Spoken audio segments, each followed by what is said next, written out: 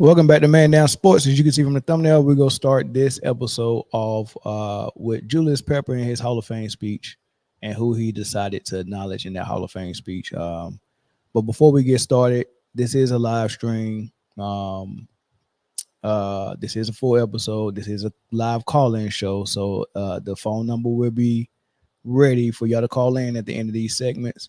I'm going to wait a little bit to get some of y'all in here, because this is not my normal time to go on Tuesdays. I usually go about 4:30 my time. It's about 8 o'clock my time right now. But I'm gonna let some of y'all get in here so y'all can catch the live and also have an opportunity to share the live, so we can get some more participants. I'm gonna wait to that notification drop in a little bit more, y'all, so y'all can come in. As y'all come in, make sure y'all hit the like button. What's up, Posh? What's up, Jeffrey? Make sure you hit the like button. Drop a comment in the comment section. Let me know who up in the house and who in here. Yeah, I do be crazy with the time. Hey, I try to keep a set schedule, but at least we keeping a set schedule for Friday. You know what I mean? Like, we're not missing the beat on Friday. We consecutive Fridays in a row. We've been on point with our time, but it's just my solo show that gets kind of weird, because if something comes up with me and I have to handle some other business, no one else can come do my solo show. But if it's the full panel on Friday and I don't, I got business to handle, I still got 5, 6, 7 more people that's gonna be there. Yeah, we live, Ed. Wow. The GOAT debate was never a debate. Let's be serious. This is why I watch YouTube accounts more than the lives on ESPN. You know what? We're going to get into the lives on ESPN on this last topic, man, because I want to scrutinize that top 25 list.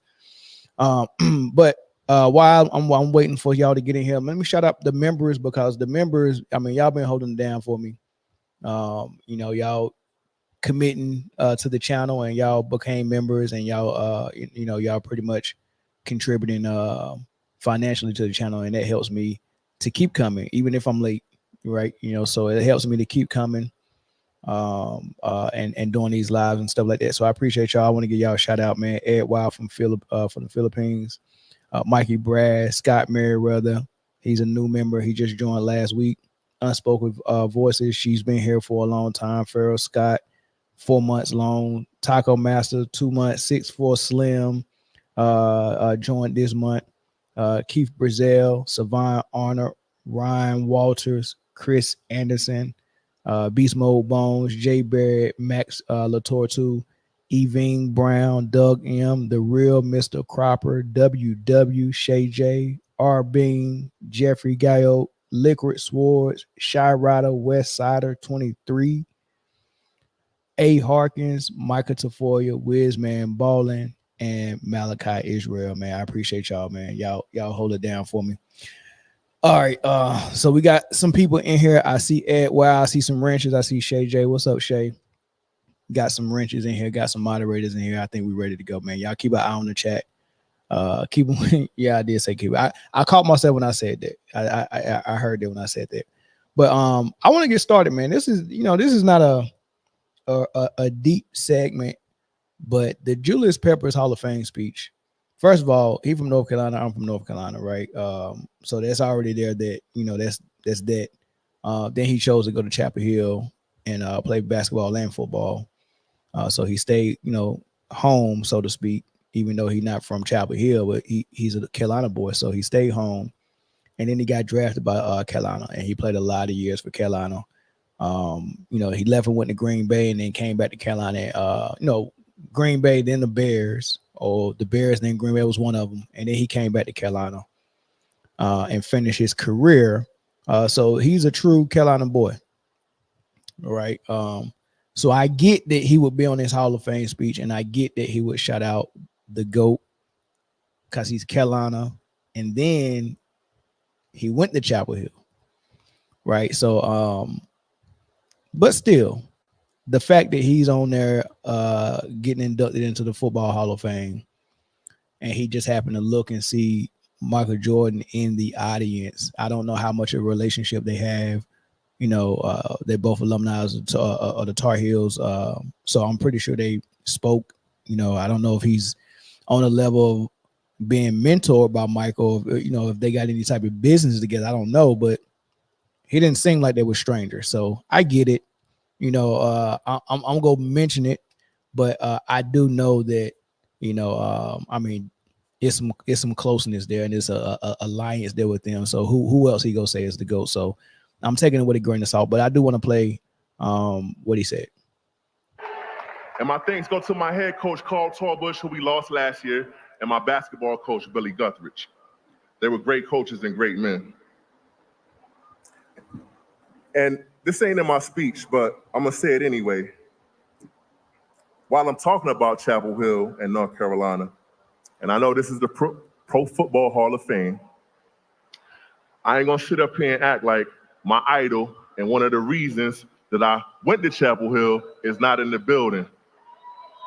The GOAT, His Airness, Michael Jordan. MJ, I want to thank you for the inspiration and the memories. Love you, big bro. All right, now back to the football. All right, so this is I want to point out a couple of things with this, right? So I'm gonna have some fun with this. The first thing I want to point out is that if you do some research on Julius Peppers, you would know that he was a basketball player. And we just had a conversation on the full panel, not last Friday, but Friday before last. And Austin Rivers has made this a big deal about him saying that he think basketball players, if they had to, could go and play football on a professional level. He think it, and he said we have examples of that, and we do have examples of that. And a lot of people always bring up the toughness part of it. All right, we're not talking about the toughness part of it. All right, so because the toughness part, like all athletes are tough, right? Now there are some people that went out, played football in high school, took a hit, and was like, nah, I don't want to do that no more. Let me stay on the basketball court. Yeah, that's true, right? But there's also athletes that wanted to play basketball, wasn't good enough, wasn't skilled enough, and it was like, well, I still want to play sports. Let me go do this football thing. So if I couldn't play nothing but football and I didn't like the contact, I would just have to get used to the contact and then develop a callus for it. I've seen it done. We've seen kids go out there and their first 2 years they didn't like the contact, but eventually you get used to it. And it ain't like Deion Sanders was out there loving contact anyway, so you can be out there like corners. You can be a corner if you cover very well. You can get out, you can get away with just some leg tackles and some, and going for them ankles and stuff like that. If you can cover and you got speed, the contact is what it is, right? But in Julius Peppers' case, right, he was a ball player. And we seen that when he played at Carolina, dunking on folk, man. He was looking like a low budget Larry Johnson, but the bigger version, right? So the story is that he played in high school and someone seen him and was like, I think you can play football, right? And he played running back in high school. He was about that same, same height. He was probably 6'4", 6'5", 6'6", coming out of the backfield. Nobody wanted to tackle him, so he played running back. But this was like just them just throwing him on the field and say, hey man, you're an athlete. And then eventually he became a defensive end, and that's what he got recruited as going into Chapel Hill, and that's what he made the Pro Bowl for, right? But the fact that he's that agile, that athletic, with that speed is really what made him. He was already strong as an ox, right? But it's people that strong like him that's not that agile, that's not that fast either. Right. I think Brock Lesnar was strong. He tried to play football, couldn't do it. Right. So whatever you want to do, like as far as what skill set you have, whatever you want to do, you're going to try to reach for that. And if you can't do it, you go forward to something else. And I think most players or most athletes really reach for that basketball because nobody's volunteer. You got to be either crazy or something else to volunteer to run into people for a living. Right. So everybody wish they could play basketball, and the basketball attributes is what make them great at football for most athletes. Quarterbacking, Baseball might help you out more there, but for like the skill positions, the receivers, the tight ends, the running backs, the corners, even some of the linebackers, those basketball skill sets that you pick up helps you just smoothly transition into football if you can't make it in basketball and you have to fall to it. Julius Peppers was one of those guys, right? He just tried football out and was like, okay, but he obviously wasn't that crazy good. Like, he wasn't going to go to the NBA and make the money he made in the NFL. So it was an easy choice for him. I love basketball. I wish I could play basketball, but I'm going to do this football thing. So now that I got that out of the way, let's get to the GOAT part. He looked in the audience and he said, this is not even part of my speech. This is not part of my speech. I'm going to go off topic. I know we're at the Football Hall of Fame, but the freaking GOAT is in the audience. I got to acknowledge that dude. And he's my idol, right? I have to acknowledge that dude. Mike is out there smiling, looking black as hell out there, just smiling, you know what I mean? And like a proud dad watching his only son that made it. And I'm thinking, like, how many times we go keep hearing people say this? Like, I was just watching Carmelo Anthony's podcast, and D Wade was on there saying the exact same thing that Damian Lillard said last year when he spoke about Michael Jordan showing up to the top 75 ceremony, and he showed up late, and he was the last one to show up. And when they called his name, the whole room stopped. It got silent and parted like the Red Sea, and here comes the GOAT. And it was almost like if you was ever debating who the GOAT was, just being in that room when he walked in, when you sing all the greatest basketball, the top 75 basketball players in 75 years of basketball, right? All the top 75 guys, when he walked in, they reverenced him as they knew that he was Mufasa coming in there. The way all the hyenas and everybody moved out of the way when Mufasa come in, and don't let him roar. He was just walking through. Don't let him say nothing. You know what I mean? Don't let him bark. Don't let him roar. He just walking through there, and everybody was like, shoot. That's when Dame Lillard was like, shh, that's the GOAT. That's the GOAT. It's that obvious. That's the GOAT. It's that obvious, especially when the guys that were fortunate enough to play well enough for people to put them in the debate do the same thing when they're around him. When Bird, Magic do it, when LeBron and Kobe do it, when LeBron wear 23, you know what I mean? Like, even though he wants to be in the debate right now, he knows, right? When Kobe finally, finished playing, was like, look, I don't want to be compared to Mike. Like, Mike showed me so many things. Like, he showed me so many things I could never sound better than him.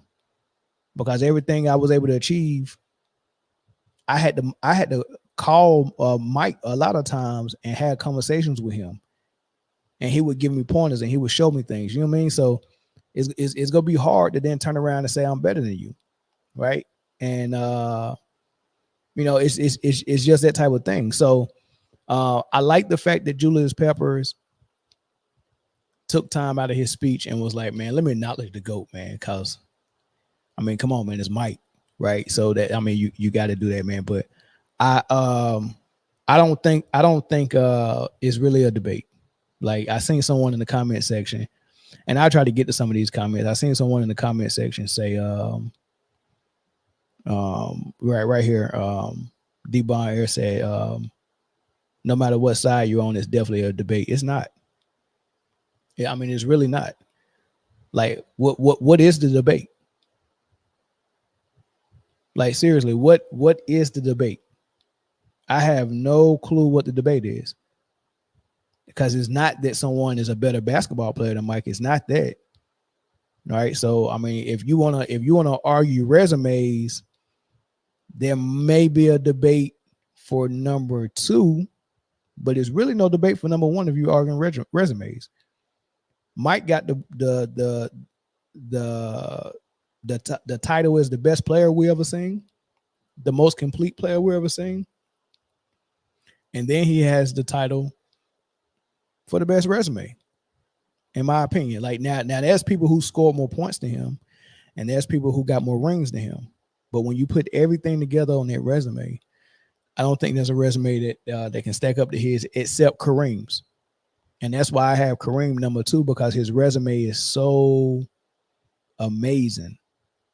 Kareem's resume is so amazing. But as a player, Mike is obviously better. So there's a gap between them, those two players as players, but their resumes kind of neck and neck. You can argue Kareem, and I won't debate you if you say Kareem's resume is better than MJ's. I'm fine with that. Then you get the other resumes. I think in the top 3 of resumes, I say in the top 5 of resumes, you got to go Kareem, Mike, Russell, Wilt, and then maybe LeBron in the top 5 of resumes. I mean, those are great resumes. All 5 of those guys are great resumes. So I think what people that may have LeBron in the conversation or in the debate are talking about the resume. And the problem I have with that is you can debate resumes without even watching the game. Like seriously, you could be a person in a country that don't even watch American basketball and not know anything about these guys, and I can have you Google both of the guys' Wikipedia or Basketball Reference and just look at their resumes, and you can debate which player is better without even seeing them play, without living through their career.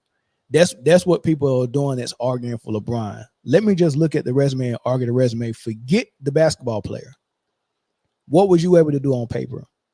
And that's almost as bad as, like, if it'd be nice, and that's why people have references when you go job hunting, because you can give me a resume and make it look phenomenal, even if everything is on there is true, but embellished a little bit, or even if it's just all true. Yeah, it's your resume, but it still don't tell me if I'm getting a good or great worker or not.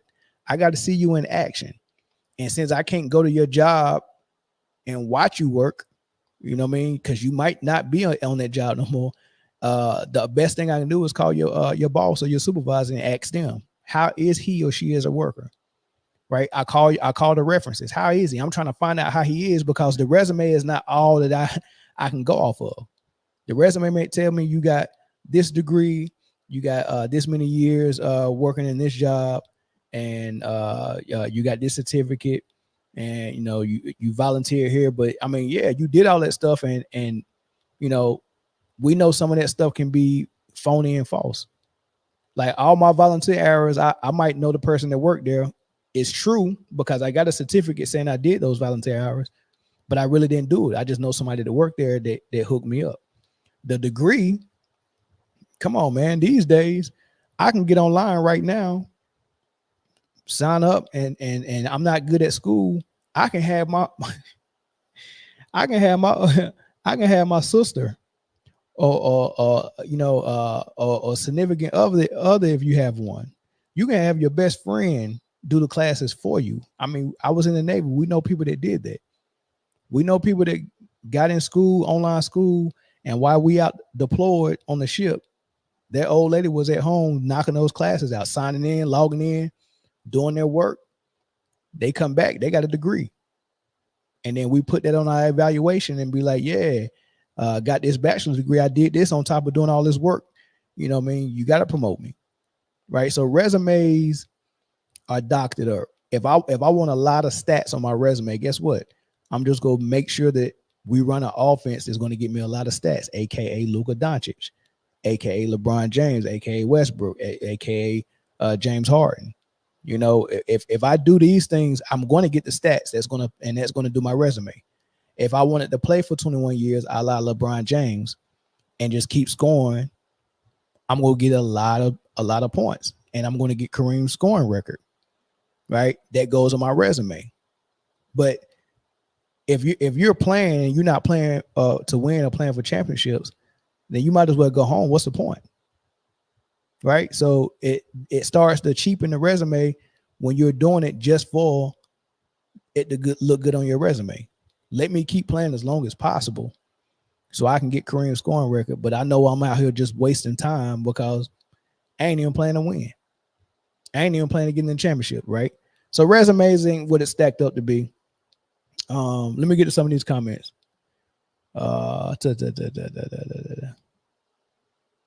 Michael Jordan might have been a great free safety if he played football. You might be right. Quarterback, maybe. Receiver, maybe. Football players might be a big deal. Common sense tells us football players can't play basketball. The football players that can play basketball are just basketball players that couldn't make it. You get what I'm saying? Like Tom Brady was a baseball player, right? And he also played football. Which one did you say he is? A football player or a basketball player? I mean, a baseball player. That's kind of hard. But if he was able to, in the off season, go play some baseball like Dion did, I think it's a little different because his throwing motion, right? A lot of you get that sidearm going with you when you play baseball, and a lot of people they got that sidearm, like Russell Wilson, John Elway, some other. I mean, it's a lot of quarterbacks who can throw like that. Pat Mahomes. A lot of quarterbacks that throw like that got that from baseball. That's why they got that throwing more. They're not even throwing the way they teach you to throw as a quarterback. They're throwing from different angles and they're doing it because hands are high and you going around people's body and stuff like that, and it's working. But that's a baseball technique. That's a baseball thing. So the baseball is actually helping them in a different sport. What is it in football? I mean, because as far as the speed guys is on the floor, on the field, you got those track guys. Reggie Bush was a track guy, right? What he did on the track helped him on the football field. The speed translated to football, right?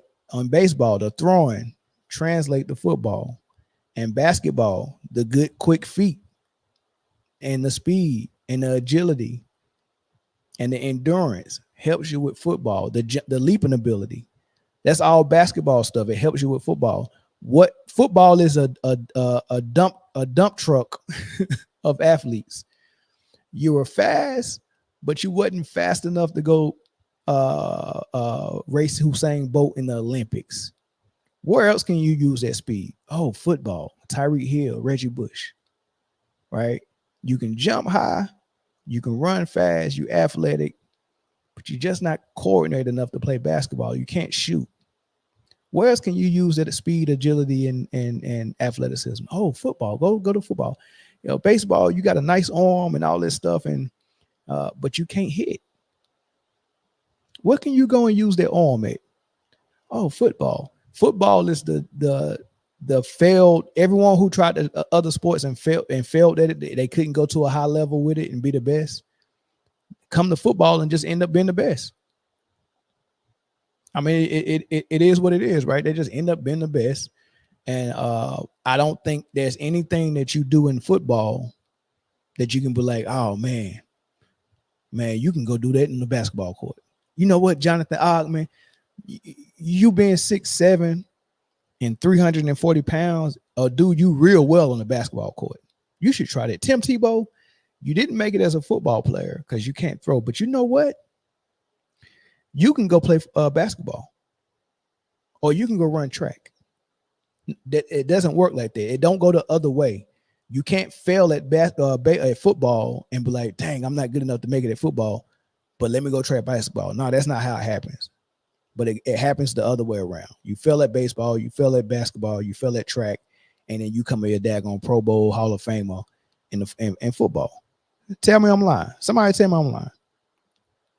Somebody please tell me I'm lying. If you're on the top of your game in any sport, you would be the craziest athlete if you say you were inspired by Bron.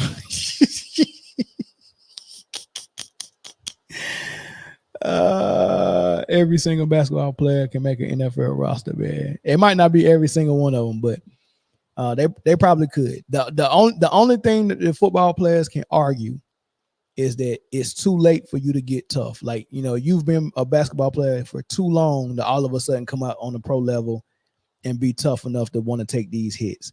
But I guarantee you, if a basketball player was not smart and couldn't and couldn't read and couldn't go find a way to make money outside of sports, and then he couldn't play basketball for some reason, I bet you if he had to play football and was like, man, I might not want to take these hits, but I ain't got no freaking choice.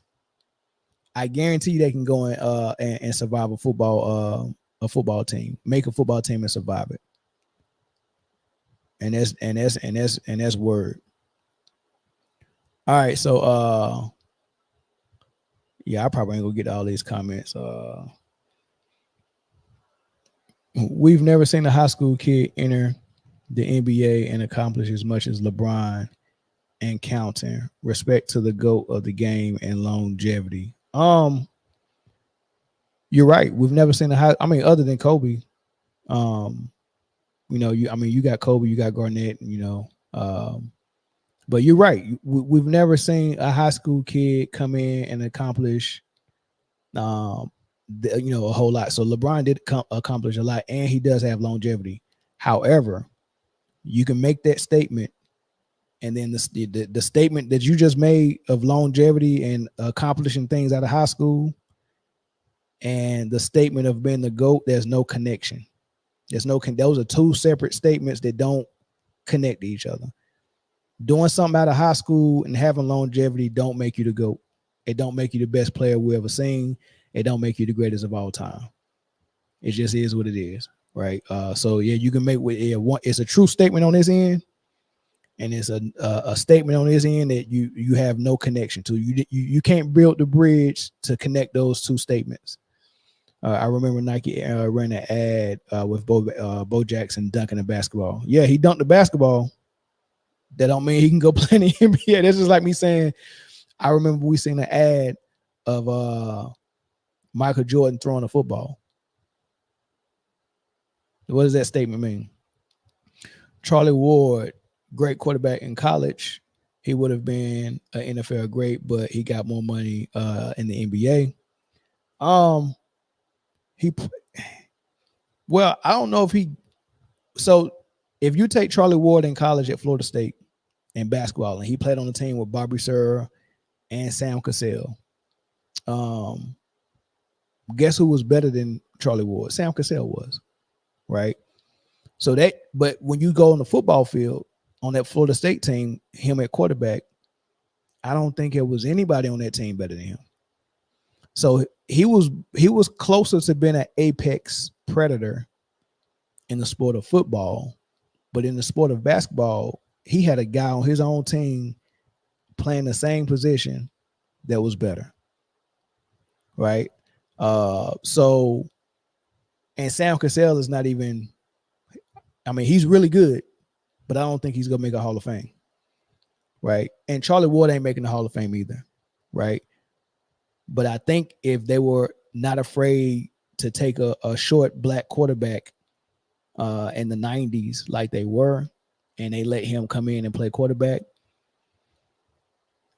it's possible he would have done very well and been one of the best quarterbacks on the team. He wasn't one of the best players in the NBA, not at all. However, on the flip side, Antonio Gates didn't play football in college. I don't think Tony Gonzalez did either. And when they realized they wasn't going to the NBA, they was like, what am I going to do? They was like, hey, man, try go to the combine and see how you do. And they got drafted, and they both end up being the best tight ends we ever seen. Top 5, top 10, maybe. Both Hall of Famers. All right. It's a big difference. Big old difference. All right. I'm going to move on. Should I open the phone lines up? That's the question. Or should I move on? I'm going to move on to this next topic. And then I'm going to open the phone lines up after that topic. Yo, Mel, what is it about Jordan that has him being champion as the greatest? Was it the breakaway to play baseball, the three-peats, etc.? He wasn't unstoppable and take losses like everyone. If taking losses disqualified you from being a GOAT, then I guess we don't have a GOAT. So taking a break from base, like none of these things you're mentioning are negatives.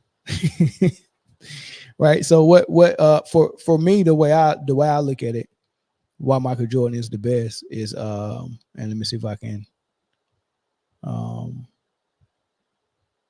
let me see if I can fix this. I gotta take these names off display. Okay, there we go. All right. In my opinion, and this is how I sat down and thought it out, right? When we're talking about GOAT, we're talking about greatest of all time. Greatest of all time is one title, and great is a combination of how good you are as a basketball player, right? How you was able to achieve greatness with how good you were. And we use whatever we got on paper to validate what we seen with our eyes and what, you get what I'm saying? So if I say Michael Jordan was a great scorer, I can obviously see that from my eyes, but is there anything that I can validate that with to say he was a great scorer? And then you'll go to his points per game average, and then you'll go with how many points he scored. And that'll validate that statement. If I was to say he was the greatest scorer I ever seen, then I would be obviously comparing him with other great scorers, right, that I've seen. And then we'll use the paper resume to validate and compare and contrast, right? So that's how I do it. So number one for me is to even be in the discussion of greatest of all time, you have to be the best players, right? You have to be the best. And when I say best, I don't mean on one end of a court, just offense. I mean on both ends of the court. Best on offense means you're putting points on the board because the whole point is to score. Best on defense means you're preventing your opponent from scoring, and you do it very well, elite level. And I look at those two things, right? Most players aren't doing both sides of the ball, and that kind of downgrades you in my mind if you're only doing on one side. Then we go below the surface dig at your offense. All right, so I'm looking at your points per game. You're scoring a lot. How are you getting those points? How complete are you as a basketball player on the offensive end? How complete are you? Can you score with the ball? Can you score without the ball? Can you score in the mid-range, in the post? Are you a liability anywhere? Can we put you on the free throw line? Can you shoot the three? How good is your shooting form? Like all of those things, I'm evaluating everything.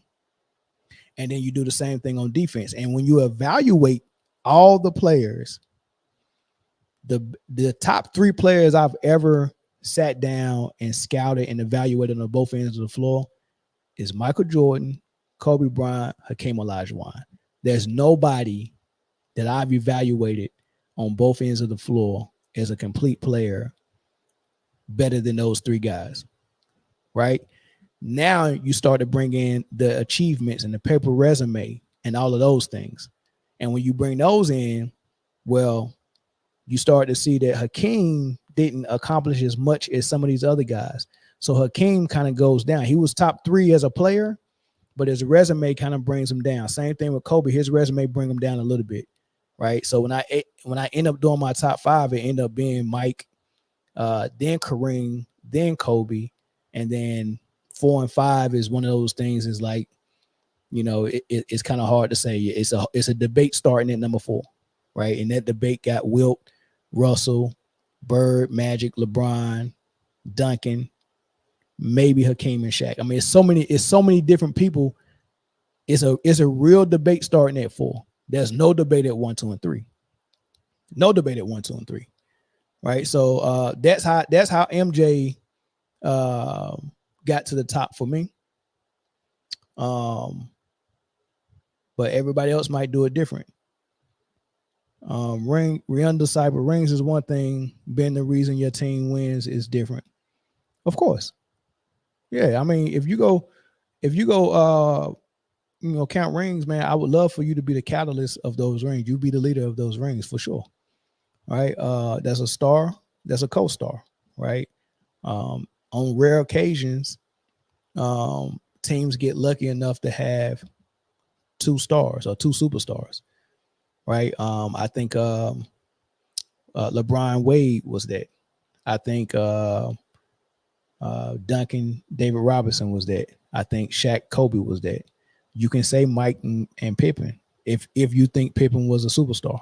some people don't think he was a superstar, but you could say Shaq, Mike and Pippen. You know, so some teams get two of those guys.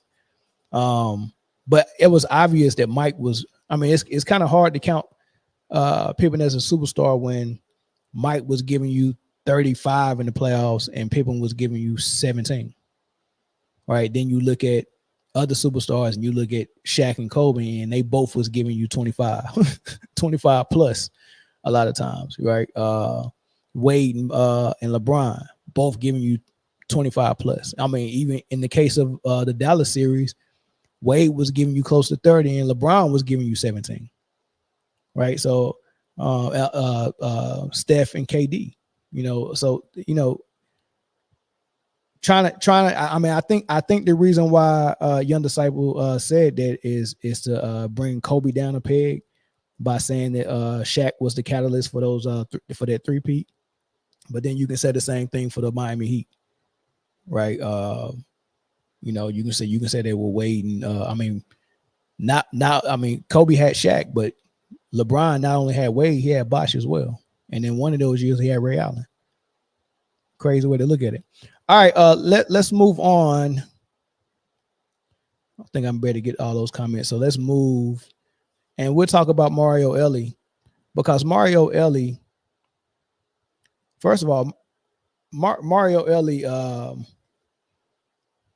if you my age and you was watching basketball way back, you know, when I was watching basketball, I mean, Hakeem Olajuwon was one of my favorite players, man. So I'm watching the Houston Rockets. I'm watching that two-peat, that repeat. And I'm seeing Sam Cassell come in as a young buck, young rookie, killing in the playoffs. I mean, you could start him over Kenny Smith. I think he did sometimes, right? Robert Horry was a young buck as well, coming in phenomenal. And then they had this Mario Elie guy. Sheesh. I didn't know if Mario Elie was a shooter or a defender. I didn't know what he was, but he just made timely, clutch buckets. You think Horry was hitting clutch buckets? Mario Elie was as well, and Sam Cassell. Man, y'all gotta go watch. Y'all gotta watch those playoff runs with the Rockets. That was a very special team. But anyway, Mario Elie, I love to hear those guys talk, man. Vernon Maxwell is another guy. They're so honest and they're so raw. You got to catch some of these interviews with like Vernon Maxwell and Mario Elie. You got to catch interviews with guys from the 90s period. I mean, they drop gems. So this Willie D conversation that he had so much in it. I could have done the whole show just off Mario Elie stuff, right? But there's a couple of things I wanted to pick from it. And that was when he was asked about what he think about, you know, just generation and this current NBA climate that's going on. And he had this to say. Nah. Yeah. The NBA, are you cool with the trajectory that it's on right now? The only thing I have a problem with is nobody play D no more. You got 7-foot guys want to shoot threes.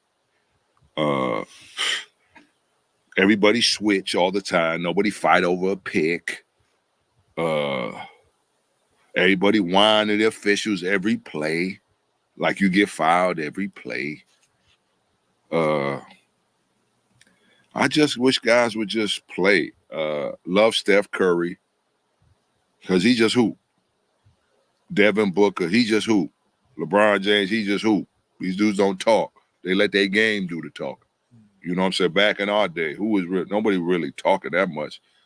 You know, Jordan let his game, Dream let his game, Duncan, quiet dude let their game do their game speak volumes, obviously. Even though I know Larry Bird was a big shit talker, but he back it up. You know, that's what, if you're going to talk the talk, you got to walk the walk.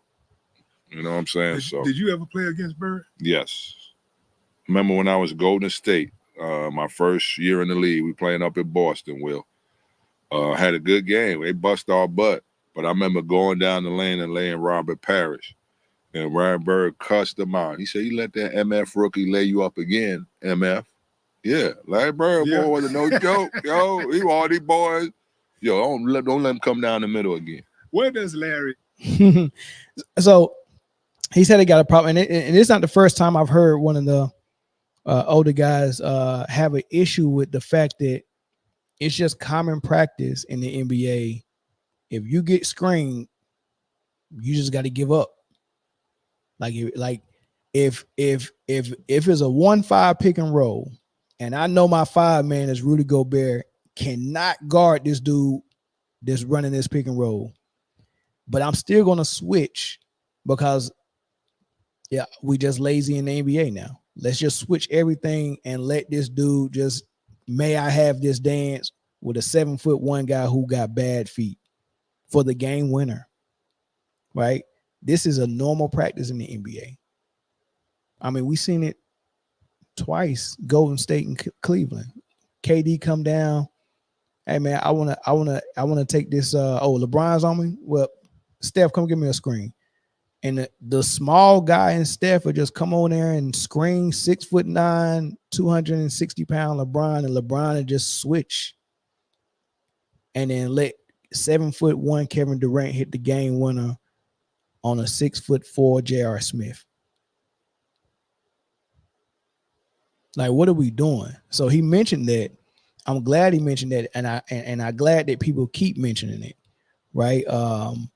We lazy. The defense is not there. 7-footers are shooting threes. Ain't nobody want to post up no more.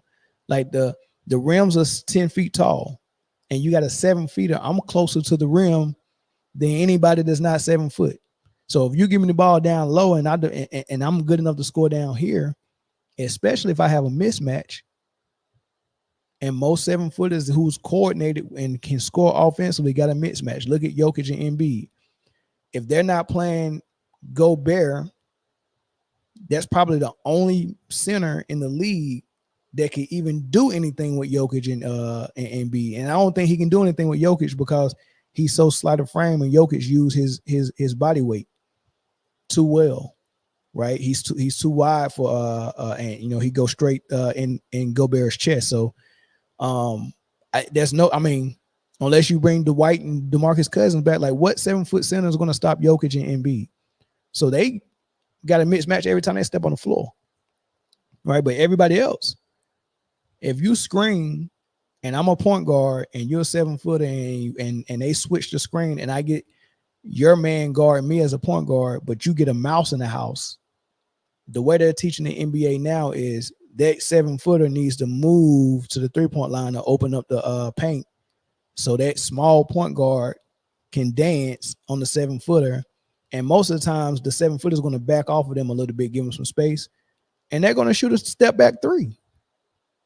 Most of the times, it's a step back three.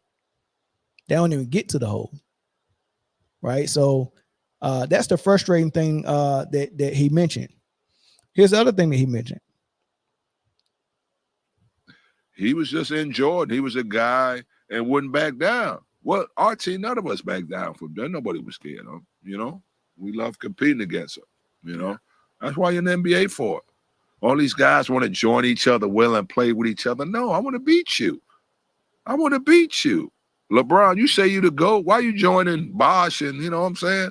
We wasn't doing that in the 90s. Like Dream calling Jordan up. You want to link up? And calling Bird and Magic up. Y'all want to link up and play?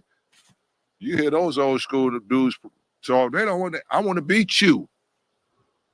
You know what I'm saying? I don't want to join you. These boys want it easy right now. They want everything easy. Not only they can't even fight over a screen, they can't even compete against guys that's on their level. Like if I really wanted to be the GOAT and I really wanted to show people that I was the best, I want you to point to every, it's like when you go to prison, right? If you're trying to really make a name for yourself, well, I don't know this to be true. I just heard it. I've never been in prison, right? But, you hear about this. If you really want to make a name for yourself and establish yourself, go and punch the biggest, baddest dude in the mouth and earn your respect, right? Imagine going in there and saying, yeah, you know what? I really don't want the respect, but let me go and negotiate with the biggest, baddest dude in here, and then let's go beat up somebody else, tag team, and beat them up. And then I'm going to turn around and say, I'm the biggest, baddest dude in here because I joined up with the biggest, baddest dude and we beat somebody up. So now I'm the GOAT, right? That's basically what he said. He said, the other biggest, baddest dude was Wade. The other biggest, baddest dude was Bosh. The other biggest, baddest dude was Melo. He tried to join and team up with all of them. So he went into the prison and said, I'm not going to fight them. I'm going to join forces with them and go fight the other weaklings, the guys that's not on our level. I want to go fight the Nashes. You know, Nash ain't in the GOAT conversation. I am. Wade was almost on. He was going in that direction. Wade, LeBron, and Melo was all on the same level, right? And then LeBron kind of, he kind of got a little above them, and then he joined forces with them. And man, we couldn't even see them duke it out. They just ruined all of it. Joint forces, and now all we got to do is fill in the spaces with narratives that the media is giving us. And we call LeBron. He say he's in the GOAT debate, right? So I like that Mario Elie said all of that, man. And I like that he said LeBron's name. And I'm gonna open the phone lines up. And now it's y'all turn to call in and tell me what y'all think about Mario Elie and what he said about LeBron and what he said about teaming up and how this generation is a little weak and how they're not fighting for anything. They're not fighting over screens on defense. They're not playing defense. They're not in the post. They're not going and fighting the guys that they're supposed to be fighting against. They're teaming up with them instead. All of that stuff, man. And then we can even go back to Julius Peppers and what he said about Michael Jordan at his Hall of Fame speech, man. All this stuff we can have a conversation about. The phone number is on the screen and the phone lines are open. And the first call is Funky Town. What's up, Jeff? What's up, man? How y'all doing? How you doing today, brother? I'm good, man. How was my talking points today, man? Hey, you had some good ones. I mean, you made a couple of out of pocket statements, I think, on that football basketball thing. Okay. But, okay. I'm Well, leave let's it alone. No. Let's address that first. Let's address the football basketball. No, the only first. thing I would say is like Peppers, Gonzalez, they played both sports in college, right? Mm-hmm. So with Peppers, now you could clearly see when he played basketball, his skill level wasn't at the level to go into he would have struggled going into the NBA. He would have to work to be like an Anthony Mason. But he had certain moves, especially on the post. He had certain moves. Defense, he was on that, but his offense game wasn't. And you're right. There's a big difference between football and basketball when it comes to the skill level. But see, the thing is, I think people are misunderstanding about football is football requires a price.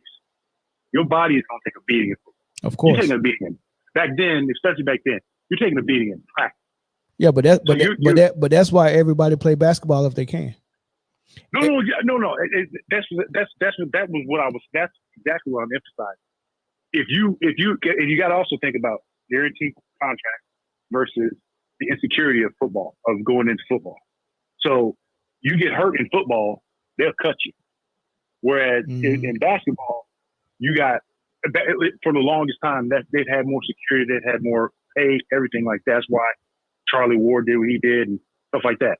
So no, I mean, I should say you were out of pocket. I'm just saying there were a lot of things on why people who got the ability to play basketball, the size, the body, whatever, to play basketball, tend to go that route once they specialize. They start specializing, especially around high school. At least when I was in school, they started specializing around high school. Because you had parents who were hit to the game like, I'm not letting you risk it on the football field. Things like that. You had people who had the ability to play football, and you're right, they'll do that fallback. It became a thing. Right. As a matter of fact, it wasn't even basketball players first. It was what was that cat that played for the Raiders? He was a sprinter, Olympic sprinter. Anyway, they receivers. That it was always the gateway for receivers and stuff like that. Yeah. But anyway, no, you're on it. But like with this, I'm listening to looking at some of these comments and stuff. These broad sexuals talking this mess. They got to ask themselves some serious questions. They look like Drake fans to me right now. No, dead serious. They Just name me the Jason Terry level player that busted Michael Jordan's behind in the final. If you can find a player that's a Jason Terry, matter of fact, any player really, but just give me a Jason Terry player that busted his behind and made him nut up in a final. Now, if you can do that, if you can at any point in time, you can go, well, this guy right here, the Jordan, this is the Jordan stopper, right? And he did this to Jordan in the final, and Jordan was number 3 in scoring on his team in this final series.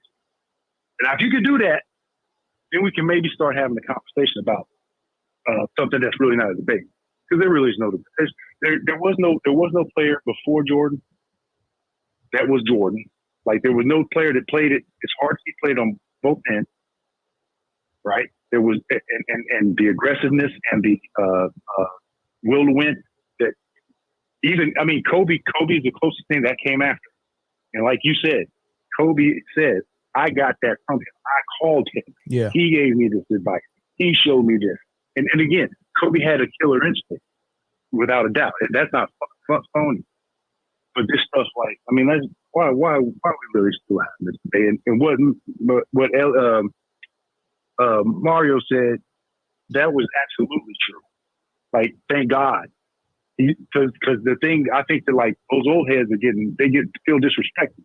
Like, I know how much work we had to do fighting over screens, Right. and man to man, Right. and the effort we had to put, because you couldn't leave your teammate. Like, you know, think about if you're the Dream and you're down there in the post and you dealing with David Robinson, and now all of a sudden you got Sean Elliott coming off without anybody stopping. Yeah. Now you got them both coming at you. I still remember my coach in middle school and high school. We couldn't even play zone until we were locked down man-to-man defenders. He was like, I'm not about to spoil y'all and let y'all be lazy. Getting to play the zone. by You got playing to play zone. the zone when they're trying to save your leg. Yeah. But it wasn't for the whole game. Like, you got to, it'd be a call. You got to do this. Yeah. Boxing one, whatever you're gonna do, but then after that, Yeah. lock them down. So imagine a Because professional level team saying, look, man, just give up on every screen. If they set a screen, just switch. Don't fight over none of them. Like, I mean, how many times you see have Jordan to fight over those screens, man. Like, they're not fighting over no screens no more. Right. And again, your boy, what's his name? They called on Friday. What's that dude? Scarface. The Latino giving us, giving us all this, Gimmo. Yeah, Guillermo. Yeah, we supposed to support, you know, a poo butt because he's black. Nah. Yeah. No. Not when we see what's for real. Not when we seen the real deal. Yeah. Nah, it ain't gonna happen. Yeah, that's facts. But no, man. hey, y'all hit that like button. Loving the show, brother. And I'll holler at y'all later. All right, brother. Appreciate it. All right, let's get one or two more phone calls in. Phone number is on the screen. He made a good point though.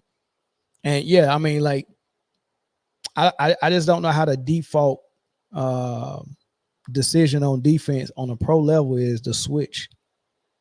Knowing I'm about to put this non-defender on this great player, I'm just gonna give up on the screen and switch. It's almost like they're asking permission. Hey, can I have this mismatch? And the defense is saying, yes, take this mismatch.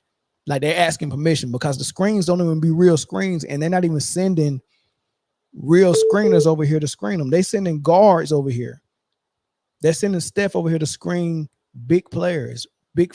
I mean, like, if you don't run through Steph's chest at least once, and let him know that you won't be setting no screens on me. I'm 7 foot.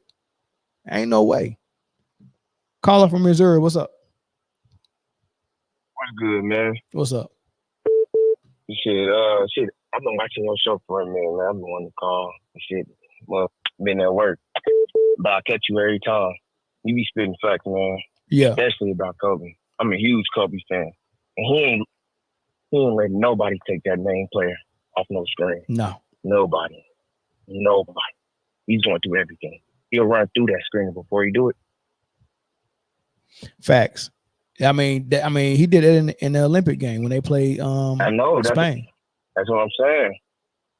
He'll run through it before he let somebody else take it, especially if he's big. Exactly. Especially if he got Rudy Gay on his back arm. Exactly. He gonna let him defend the. He ain't letting Shaq step up. He defending the rim. I gotta take it. Yep. But I just wanted to call in and say, man, you spitting facts. Keep doing what you're doing, bro. All right, bro. Appreciate it. My name's Vaughn, by the way. All right, Vaughn. I appreciate that, big dog. For sure. All right. All right. Last call. I might can sneak in 2 more if they quick calls. Last call. Oh, he said, let's hear your examples of different coaching, my guy. Different coaching of what? Something different than switching the screen? Is that what you had? Call in and tell me what you're talking about. You said hear my examples of different coaching on defensive philosophies when it comes to a high screen. I don't know. Let me know what you're talking about. If that's what you're talking about. Caller from Indiana, what's up? How's it going? It's been a while since I called in, man. How you doing? I'm good. I'm good, brother. What's up? All right. I'll be brief as I can, man. I've been there, chat, man, and you know, I love your take. I love your talking points. It's so hard to be in a chat, man, with gross ignorance of some of these people who are LeBron fans, man. And what they don't understand is this. No one really dislikes LeBron. He's an all-time great player. But his fans are so egregiously ignorant. And not all of them, but a vast majority of them, to a point where it's just gross, man. Yeah. You know, they dispel, you know, disbelief to, you know, all these different things. You know, you talk about him joining Miami. Dwayne Wade was a champion before, you know, LeBron came to Miami.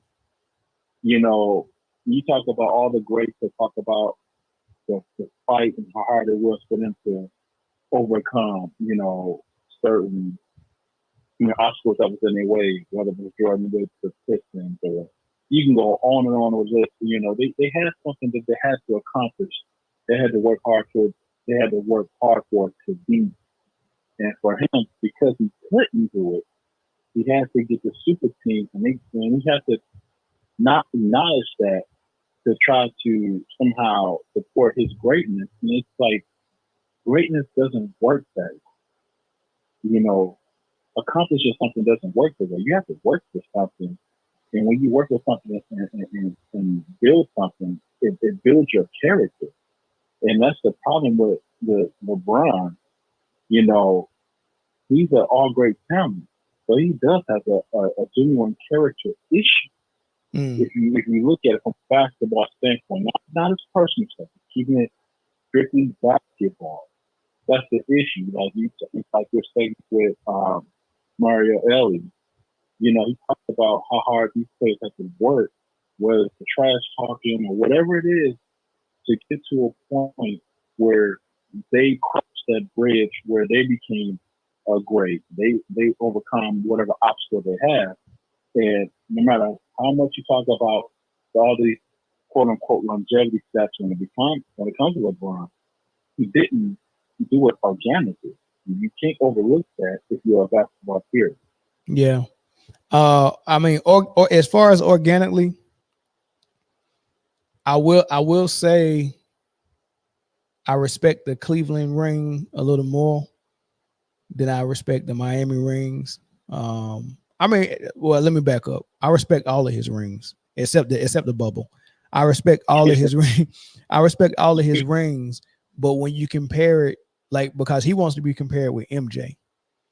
When you compare him to MJ, the only ring that's, you know, respected in that light is the Cleveland ring. But you know, because if you look at the normal progression of a superstar climbing the mountain to get to the top, he comes in as a rookie. The team realizes how good he is, and then they start to build around him. And when they build around him, they got to find him a co-star. They got to find him a coach that's going to put in a system. And then they have to surround the star, the co-star, and the coach with role players. And then they have to play together for 1, 2, 3 years to build chemistry and identity. And then they go out to fight and compete. It's almost like if you go to boot camp and you learn one thing and then you go somewhere else and you learn how to shoot and you do all that stuff before you go to war. Like, it's a lot of things you got to do before you go to war. What LeBron was doing is skipping all of that by saying, give me all these great players, because when you Michael Jordan and you get Scottie Pippen, you don't know he's gonna be great. You have to help him achieve that. But it's different when Wade can make himself great, AD can make himself great, Bosh can make himself great, Kyrie can make himself great, Kevin Love can make himself great, and then you handpick all of those guys to join you. That's different. And then you get to skip the grind of the years it took for Pippen to go from a guy that'll sit out a game for a migraine, or a guy that was averaging 7 points a game, or a guy that was getting bullied by the Pistons. It takes time to turn him into what he turned into. And LeBron skipped all of that. He's never took someone and turned him into an all-star, borderline superstar, top 50 player, Hall of Fame player. He's never done that. He's handpicked Hall of Fame players. So, yeah, he is not respected the way Michael Jordan's is respected. And with Kobe Bryant, he wanted to be respected the same way as Michael Jordan. So he volunteered to separate from Shaq, so he can go through that same grind of finding his co-star in Pau Gasol and getting his coach in Phil, and then putting the system in and then building with those guys and going out and getting his back-to-back championships. You get what I'm saying? So at least Kobe did it. He realized that if I stay with Shaq, they're going to look at me different. I want to be looked at like Mike. So let me separate from Shaq and build it the hard way. What's your thoughts on that? I agree with that. Another thing that I have issue with is how they try to conflate, these weird arguments. Like, for example, Magic won with Kareem when he was a rookie. However, Kareem was coming out of his prime because Magic was entering his prime. So it's not the same argument. Right. When you got folks that are 1, 5, and 7, in the same draft class in their prime that you have on your team. That's not the same thing. So when I say organic, it's organic of situations. Magic can help who the Lakers draft, or you can go with all these other different teams who can help who they draft. But this was planned, targeted collusion for these all-time great players in their prime to be on a team because he don't want to go through the grind. And for me personally, the only part of LeBron's legacy that I respect is everything before he went to Miami, and no one can talk me off that list. Yeah, that's interesting. I'm with you on that, but thanks for the call, man. Let me move on. No problem, man. Thanks a lot. All right, thanks. Yonder Cyber, you made good 2 good points. You said he gave the Cavs 7 years. That's true. He gave him 7 years, and he couldn't figure it out. He couldn't get it done. All right, he gave him 7 years, couldn't get it done. Right, and he realized that, man, my time is running out. I'm not gonna be able to catch Mike. I ain't even got my first ring yet. Right, and if I play anybody in the West in the finals, I'm getting swept. Right, so I ain't even got my first year's at ring yet. I'm at 7 years. Mike got his ring by his 7, 8 season maybe. I'm behind the power curve. I can't catch Mike like this. Then that's why he cheated the system. So yeah, you're right. He gave Cleveland 7 years. He tried to do it Mike's way and couldn't do it. And that's exactly what I'm saying. Right? It would have been more respected if he was able to do it Mike's way. He tried Mike's way, couldn't do it. So he went and started cheating the system, and then he's been cheating the system ever since then. And you made another good point too. What did you say? I seen the comment. Shoot, there you go. He handpicked Gasol. Sure, he handpicked Gasol. However, what do you have Gasol ranked at all time for his position? Right, because people got Wade ranked top 5 by his position. Gasol not top 5 power forward. He probably not even top 10. right? Wade is a top 75 player. Gasol is not, right? AD was a top 75 player. Gasol is not. Kyrie should have been a top 75 player, right? But the NBA got something against him. Gasol is not. Dwight should have been a top 75 player, but the NBA got something against him. Gasol is not. Right? So getting a co-star on Gasol's level, that Gasol is on Bosh and Love's level. Those was LeBron James' third, number 3 options. So LeBron James was able to handpick his. He didn't handpick a Scottie Pippen type player. He handpicked a Kobe type player, and Wade, AD, Kyrie. Those guys was on that level, right? And then he also went and got his Scottie Pippen. Wade and Bosh could have done it by themselves. They could have. Wade and Bosh is similar to Jordan Pippen or Kobe Gasol, but and you add LeBron to it, that's overkill. That's a super team. That's what that is. All right, let's get to this Draymond Green thing. So I talked about this already. The Jason Tatum and Steve Kerr saga, or the drama with Tatum getting benched in game 1 of the Olympics, and Steve Kerr giving like the worst excuse why he benched him. And what I thought was interesting is that Draymond Green, who's under contract with the Warriors, who Kerr is still his coach, thought it was a good idea for him to come out there and kind of scold Steve Kerr for his decision. I'm gonna play what he said, and I'm gonna come back. No one's looking at the minutes like, oh, this guy played less. Like I said to JT, no, when you win a gold medal, no one cares who scored the points. No one cares who played the minute. Did you win a gold medal or did you not? That's what it boils down to. Did you win a gold medal? Did you not? However, you don't not play Jason Tatum. That man just won NBA championship, cover of NBA 2K, cover of Sports Illustrated saying cheers. Just signed the biggest contract in NBA history. Oh, and by the way, your reward is sit down and don't play in the first Olympic game.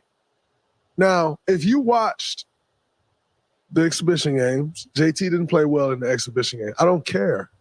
Like, it actually doesn't matter. And so I was a little taken back by that. Like, in 2021, our team, our offense was built around Jason Tatum and Kevin Durant.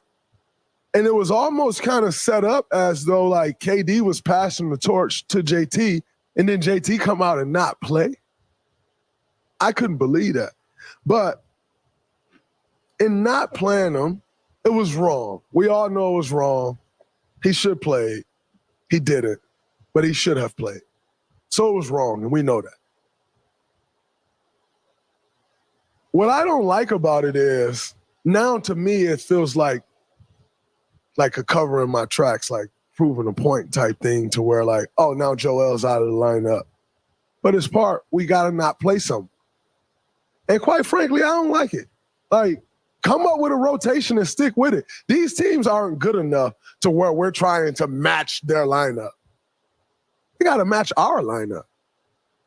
Like, we're not matching their lineup, by the way, because we got the best players in the world. We're going to match their lineup anyway. With whoever we got on the court, we'll be fine. So the whole, like, match their lineup or, you know, this guy out of the lineup, now I disagree with it. Just lock the lineups in. The whole switching this guy out, now this guy ain't going to play this game, that guy, like, what we doing? So I totally disagree with that. And as I said, just from the outside looking in, it just comes off as like we made a mistake as a coaching staff, as opposed to just the mistake that we made, this is what it is, and moving on. So he said a whole bunch, right? So first of all, Draymond, he about to get traded. Like, and he might know it. You know what I mean? He just breaking stuff on his way out. You know what I mean? He might know he up out of there, right? They really don't have no more use for him. Draymond Green has literally destroyed the rebuild that the Warriors and Bob Myers had in place. I think that's part of why Bob Myers decided not to re-sign with the team. I think that he had a rebuild in place that was going to probably not even a rebuild or a retool around Steph. I think he looked at it because I looked at it. I look at the contract that Draymond and Clay was under, and I heard the writings, or I seen the writings on the wall via what I've heard Kerr, Draymond, and Clay, and some other Warriors podcasts, say that Draymond and Clay both was not taking a pay cut and felt like that they both deserved the max.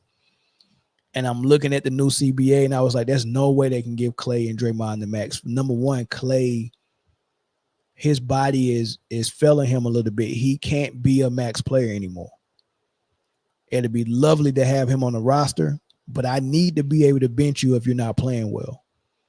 And two things you really don't want to do is bench a max player, because if you got three max players in Steph, Clay, and Draymond, you damn sure ain't got a lot of talent on your bench, because you're paying for Dre, Steph, and Draymond.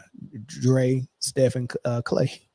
You're paying for them, so you're not going to be able to afford great talent. So you're going to have young guys, rookies, max, league minimum, vet minimum players. You're going to have that on your bench. And you can't look your owner in the eye and say, we convince you to get this dude to max, but he's not even good enough to start on my roster.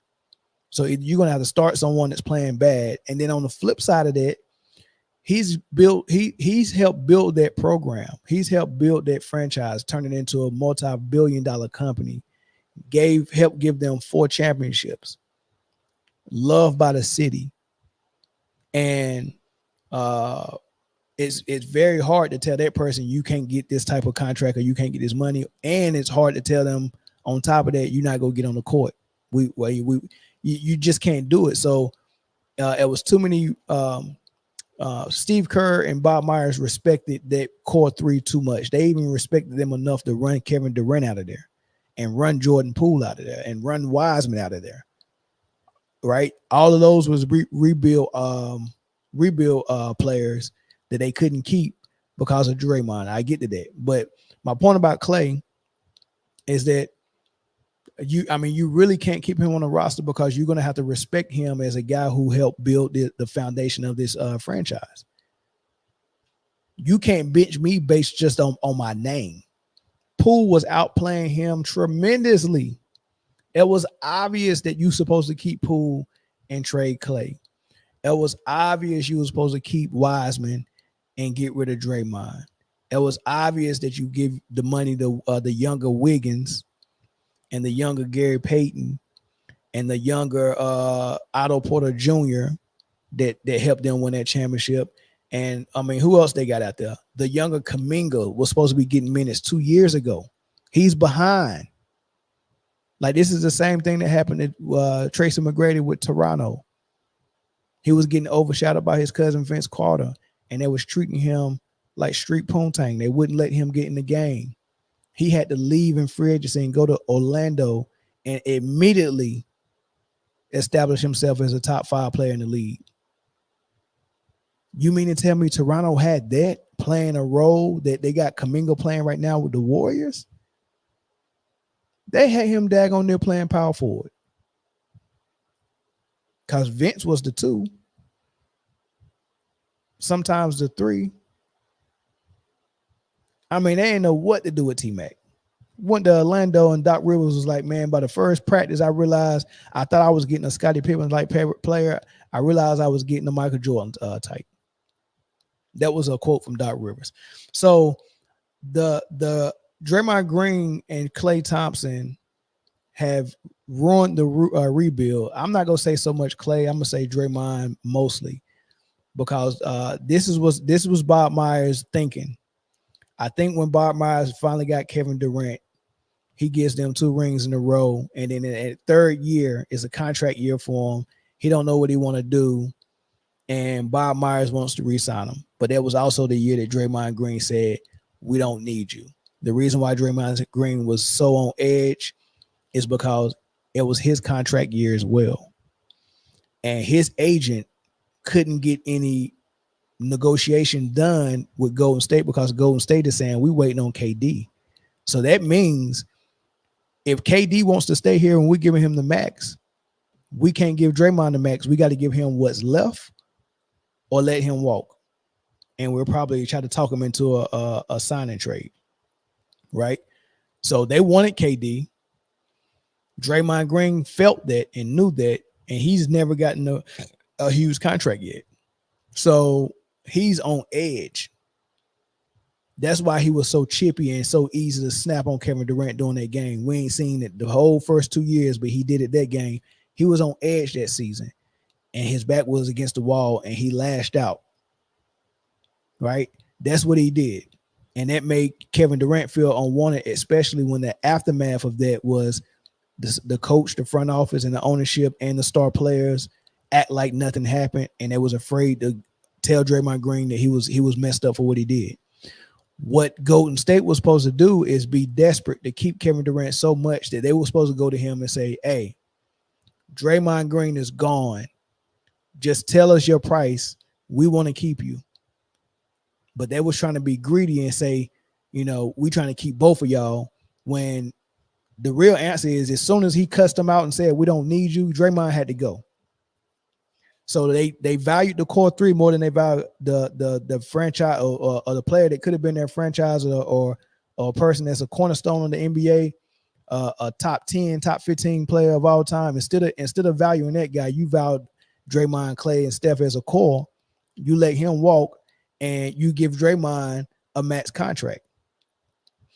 Then when they started drafting for the rebuild, because Steph got hurt, Clay got hurt, so Draymond was freshly on that max contract, and now he's out there by himself looking like trash. And then he goes down, and you get the number 1 pick, you get Wiseman, you draft Poole, you end up with D'Lo from the KD trade, then you trade him for Wiggins, you go get GPT. So you start to rebuild this team up, and they were supposed to move forward and say, okay, after this max contract was up with Dre and Clay, we've already got Wiseman, a 7-foot athletic big. They got offensive ability and a good shooting touch, run the floor like a deer.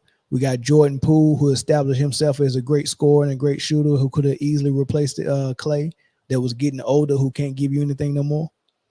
Then we got Wiggins, and we got Kuminga, and we got GP2. 5 guys they were supposed to rebuild with, and they could have paid all of them only if they let go of Draymond and Clay. What did Draymond do again in his contract year, like he did with with Kevin Durant in the contract year? Oh, Poole contract year, and it's my contract year, or mine is next year, whatever the case may be. And he knew if Poole got that money, like he heard that he was going to get, then that means him and Clay is not going to get it. So he came into training camp fresh off a championship, so pissed off and on edge at training camp. It ain't like they on a 10-game losing streak and he's frustrated. They fresh off of a championship, and you at training camp and you're so on edge that you knock Jordan Poole out. And you can't tell me that that's a coincidence. The guy who's about to get the money in, KD, is the one you lashed out at and called the B word and said, "We don't need you. We won without you." And the guy who's about to get the money years later in Jordan Poole is the guy that you knocked out. There's no way you can tell me that's a coincidence. You were pissed off at them because they was getting your money. As an end result, what happened? They tried to play with Poole. They gave Poole that money. They played with him and realized the locker room was so jacked up. Poole, you got to go. We trading you to the Wizards. And guess who got that max contract? Draymond Green got the max contract. You guessed it. And then Clay was the outside looking in. He couldn't get no money because Draymond got it. What was supposed to happen was Poole was supposed to get the money, and Draymond and Clay both were supposed to be gone. But they punched Poole out of there. Draymond got the money, and Clay's gone. And Draymond and Poole is gone. And the guy they brought in to replace Poole, CP3, he's gone. Like he destroyed that whole thing. But anyway, I just wanted to give that backstory. Get to what he said about Steve Kerr, because he know he's probably out of there. He's probably gonna get traded. So he's telling his truth. Benching Tatum was so dumb. I don't know why he benched him, but I did have a video where I said I think that because he showed up late to training camp, that might have been a little inside suspension that nobody was supposed to know about. Hey, you go sit this game because you showed up late. I think that's probably what it was. But if it wasn't that, it was just basically that this is a quiet guy, and if I want to jerk somebody with playing time, it's gonna be him because he ain't gonna say nothing. Booker would cause a fit. He tried to bench Edwards during the World Championships. Edwards was not having it. When he tried to have that talk to him, was like, "Hey, D Wade came off the bench," and Ant was like, "Who started? Kobe." Ant was like, "Man, what the hell Kobe at now? I don't see no Kobe out here. I ain't coming off the bench just because you saying D Wade came off. Don't mean I'm coming off the bench." So he tried it with Ant-Man. Ant-Man wasn't having it. Book wasn't having it. Those are the young bucks because he's looking at LeBron, KD, Steph. Those are the elders that he know I got to give them minutes. So those 3 spots are secured. I can't jerk them on minutes, right? I'm playing Bam, AD, and MB interchangeably, right? We don't have that. We only got 3 5s or 3 guys that can play 5. Maybe KD, if they was desperate, can play, right? But as far as that wing position, you got White, you got Drew Holiday, you got Tatum, you got Edwards, you got Booker, you got Steph, you got Halliburton, and then of course LeBron wants to play point forward, and KD is basically on the perimeter most of the time. You it's crowded at the wing. So he was looking at who can I jerk? Okay, I can jerk Halliburton because he's a young buck. You just happy to be here, right? I don't know why he decided to jerk Tatum over White. The 2 guys I would have jerked was White and Halliburton. But out of all the superstars, the most quiet one that he probably could get away with it with was Tatum. But why pick Tatum fresh off a championship? Fresh off a first team All NBA. Should have been in the MVP discussion. Right? Fresh out of all of that. Fresh off a new contract, like Draymond said, that was the richest contract in basketball history. All of this stuff. In the first game, you decided to bench him. So yeah, I think that was trash. Right. And I mean, and that's pretty much all I got to say about it. The last thing I wanted to get into is this ESPN top 25 of the 21st century. So from 2001 to now, right? So we almost a quarter of a way done with the century. So let's get 25 players for the 25 years that we're about to embark on, right? Which makes sense. It's cool. But the list is not good, right? So I put the list up here, and you can see, as a matter of fact, let me see if I can move my let's see if I can. All right, there we go.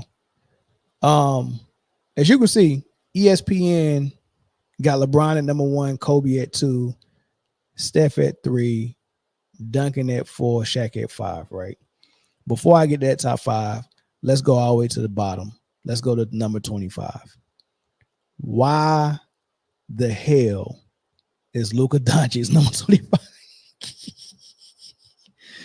First of all, out of 24, 25 years, whatever, he's been in the league. When did he come in? What we at now? 24. He came in the league, what, 2019? Maybe. 18, maybe. So come on, man. 5 years. How can you establish yourself as a top 25 player of a century and you only been in the league 5 or 6 years? Where you got Carmelo Anthony, that's not even on the list. You got freaking Dwight Howard, who's not on the list. You got Kyrie Irving, who's not on the list. Like how is Luka there? How's he on this list? And then when you start talking about the people who came in with Luka, what has Luka done that Trae Young hasn't done except for this year make it to the finals? He made it to the finals, right? But before this year, he got to a Western Conference final. Trae Young been to an Eastern Conference final. All right. They both leading their team in points and assists. Only difference is Luka grabbing more rebounds. And I think, he's made first team all NBA, but that's a popularity contest these days.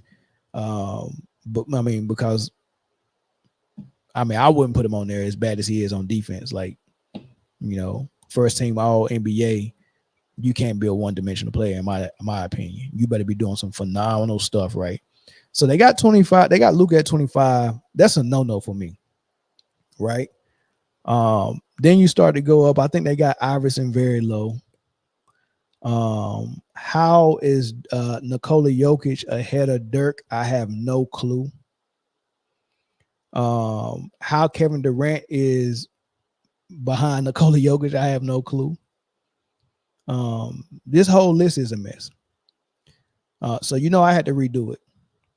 And before I show you my list, I value both ends of the floor. So you have to be elite offensively and elite defensively, and you have to have team and individual success. And I don't measure success just by you accomplishing and accumulating stats. Like, you have to have something tangible like winning attached to your name and doing it on both ends of the floor. For the guys who don't do it on both ends of the floor, you absolutely have to have the winning part down pat. Right? You absolutely have to have the winning part down pat. So for example, Steph don't have the defense down pat. He's got the offense and elite offense. He's got the winning. He's got the accolades, the 2 MVPs, right? So he will be an exception for someone that's not doing it on both ends. But for a guy like Luka who doesn't do it on both ends, and you don't have the winning either, give me a break, right? So here's my list. Let's talk about it. Number 1 is Kobe Bryant, right? Who on this list is better than Kobe?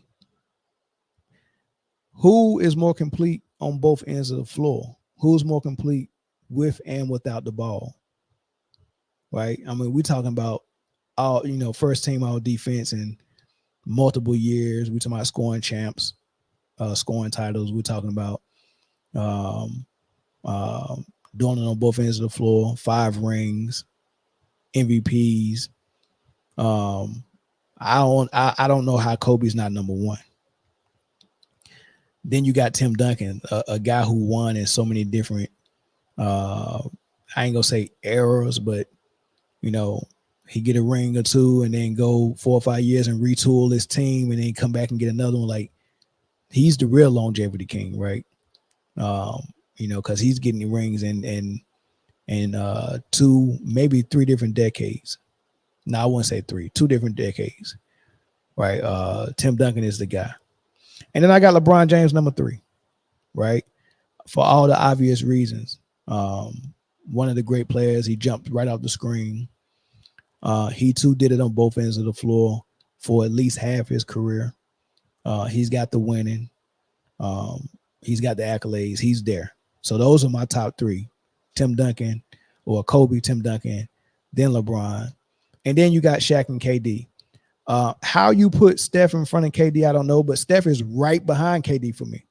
Now, I know Steph has achieved more, but I guarantee you if Steph jumped teams the way Kevin Durant did and had to rebuild, and Kevin Durant was with the Warriors and had continuity with one team his whole career, that'll look a lot different as well. Kevin Durant is taking a very hard challenge by trying to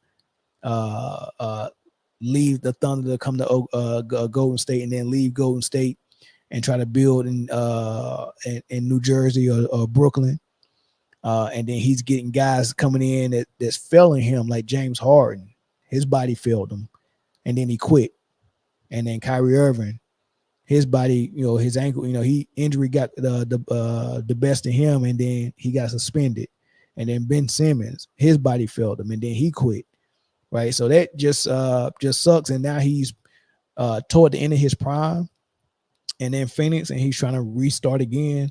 That's not an easy thing. If someone else was doing that, like Steph, then we're looking at something different. If Kevin Durant don't go join Golden State, we're looking at Steph with one ring. I don't know how many Kevin Durant would have, but Steph will have one ring if Kevin Durant never joins. So, and we just obviously know Kevin Durant is better than Steph, and part of how we know that is when he came to Golden State, Steph moved right to the number 2 role. You don't think that he did that because he know Kevin Durant is a better player?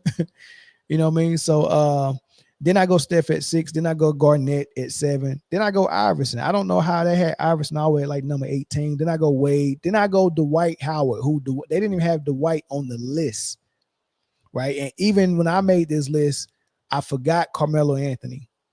So I would have to redo this list and figure out where Carmelo goes. I think I would have everyone in front of him, and then I'll start debating whether I put whether I put Carmelo at 14 over Nikola or after Nikola, and put him at 15 over Kyrie. But if I end up going through everything, and it's possible that I might have Melo right at 16 after Kyrie. So 14 and 15 spot, maybe the 13 spot.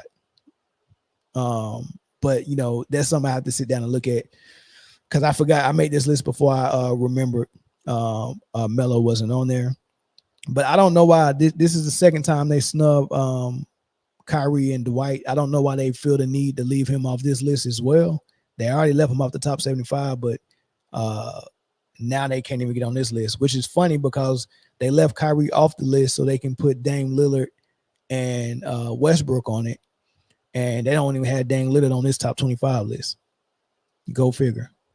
You know what I mean? So, so we know they snubbed Kyrie, and Dame got in because of that, right? But, which is another crazy thing, man. You got Dame not in there. He's on the top 75. Now you got Luka in the 25. That's so odd. Like, that's odd that they got Luka at 25, right? But how you forget about Dwight, Melo, and Kyrie? That is unreal. And you threw Luka at 25. That's crazy. But that's my list. Dirk. There's an argument for Dirk being number 10, or maybe there's an argument for Dirk at number 8 over Iverson, and then over Wade and over Dwight. So that 8, 9, 10, and 11 spot, really everything is debatable from 8 to 15, 8 to 16, including Melo. But I'm solid 100% with my 1 through 7. My 1 through 7, I'm not changing. But that 8 through 16, including Melo, is something that I probably continue to look at. All right, let me look at these comments. All-time leading scorer with no signature move. Thought it was about putting the ball in the basket, not looking good doing it. Shaking my head casually. I don't know what that means. No Derrick Rose. Yeah, no Derrick Rose. That's interesting as well. Dwight is better than Anthony Davis. Not having Carmelo is laughable. ESPN is a joke. I don't watch them unless it's a game on. I don't take nothing they do or say it out is serious. Now, ESPN and they've been doing this for years. When they make these lists, they have to find someone to jerk over or snub, because that starts the conversation. If they put a list out and it's so accurate, and they put a criteria out, hey, this is what we were looking at and this is how we made our list, it won't spark conversation and debate. So they have to snub someone on the list on purpose, maybe 1 or 2 people on purpose, so there'd be outrage and debate talking about that list, right? It's a lot of people are already talking about this top 25. I think we're going to talk about it again on Friday with the full panel. So, yeah, they do that on purpose, man. They're making content. they didn't make this list just for it to be there. They want content to be made around it. They want conversation to be made, you know. So it's all part of feeding the beast with content. They know what they're doing. You know what I mean? They just, you know, they just not genuine. How do you determine the 21st century player? That's a good question. I wish they would have told them. For me, I mean, if you played in the 21st century, I guess you qualify. But making the list, of course, playing more years in the 21st century will make it easier for you to make the list versus someone who played less years, right? So some guys only played like I said, like Luka, he's only been in since like 2018 or something like that. So he hasn't even played a whole lot of years. Yeah, having him over Dwight and Carmelo and Kyrie Irving is very laughable and downright stupid. But Shaq played for the Magic too. Bron is not better than Shaq. Yeah, I mean, I guess they can be debated, but I mean, what you gonna do when Shaq tell you himself that LeBron is better than him? You know, I mean, once you bow down to the guy, I mean, I can't go against your wishes. I'm a gentleman. You know what I mean? So if you say, hey, I want this guy to be considered better than me, like Wade, if Wade get out of LeBron's way and say, hey man, that's our best player, I'm not gonna fight for you. Same thing with Steph. You got out of KD's way and gave him the keys, then that was you admitting that KD better than you. And I'm a gentleman and I'm going to respect your wishes. And sir, Kevin Durant is higher than you on my list. Right. It's just how I go. Right. So I mean, you're not about to get me to go against you. If you think he better than you, then hey, he better than you. If you play 20 plus season using PEDs, playing one side of the ball, playing one side of the court, you can break the scoring record. Sure, yeah. And if you load managing and don't play all 82 games, you can save that body too.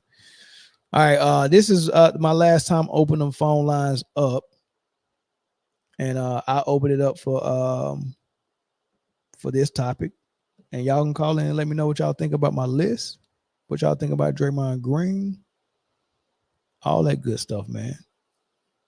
Let's talk about this list. Let's talk about this list. I think the list is dope. If you want to be real about it, I think I got a really, really, really good list. Better than ESPN's for sure.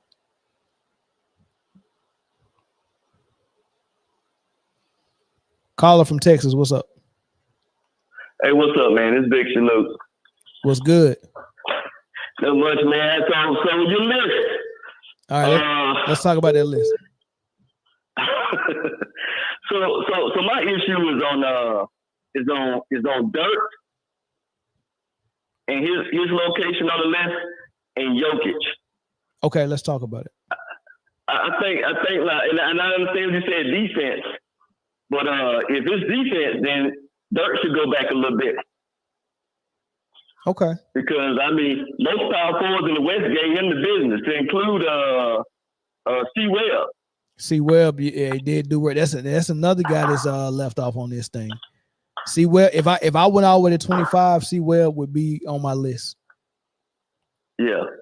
Well, see, because he was playing against Kobe and Shaq when they were trying to get those championships. Yeah, I agree. Yeah, C. Webb should be on. If I do my, I'm gonna finish the 25 out by the time I get to Friday and we doing the full panel. I have my full 25. I have Melo on there. I have C. Webb on there as well.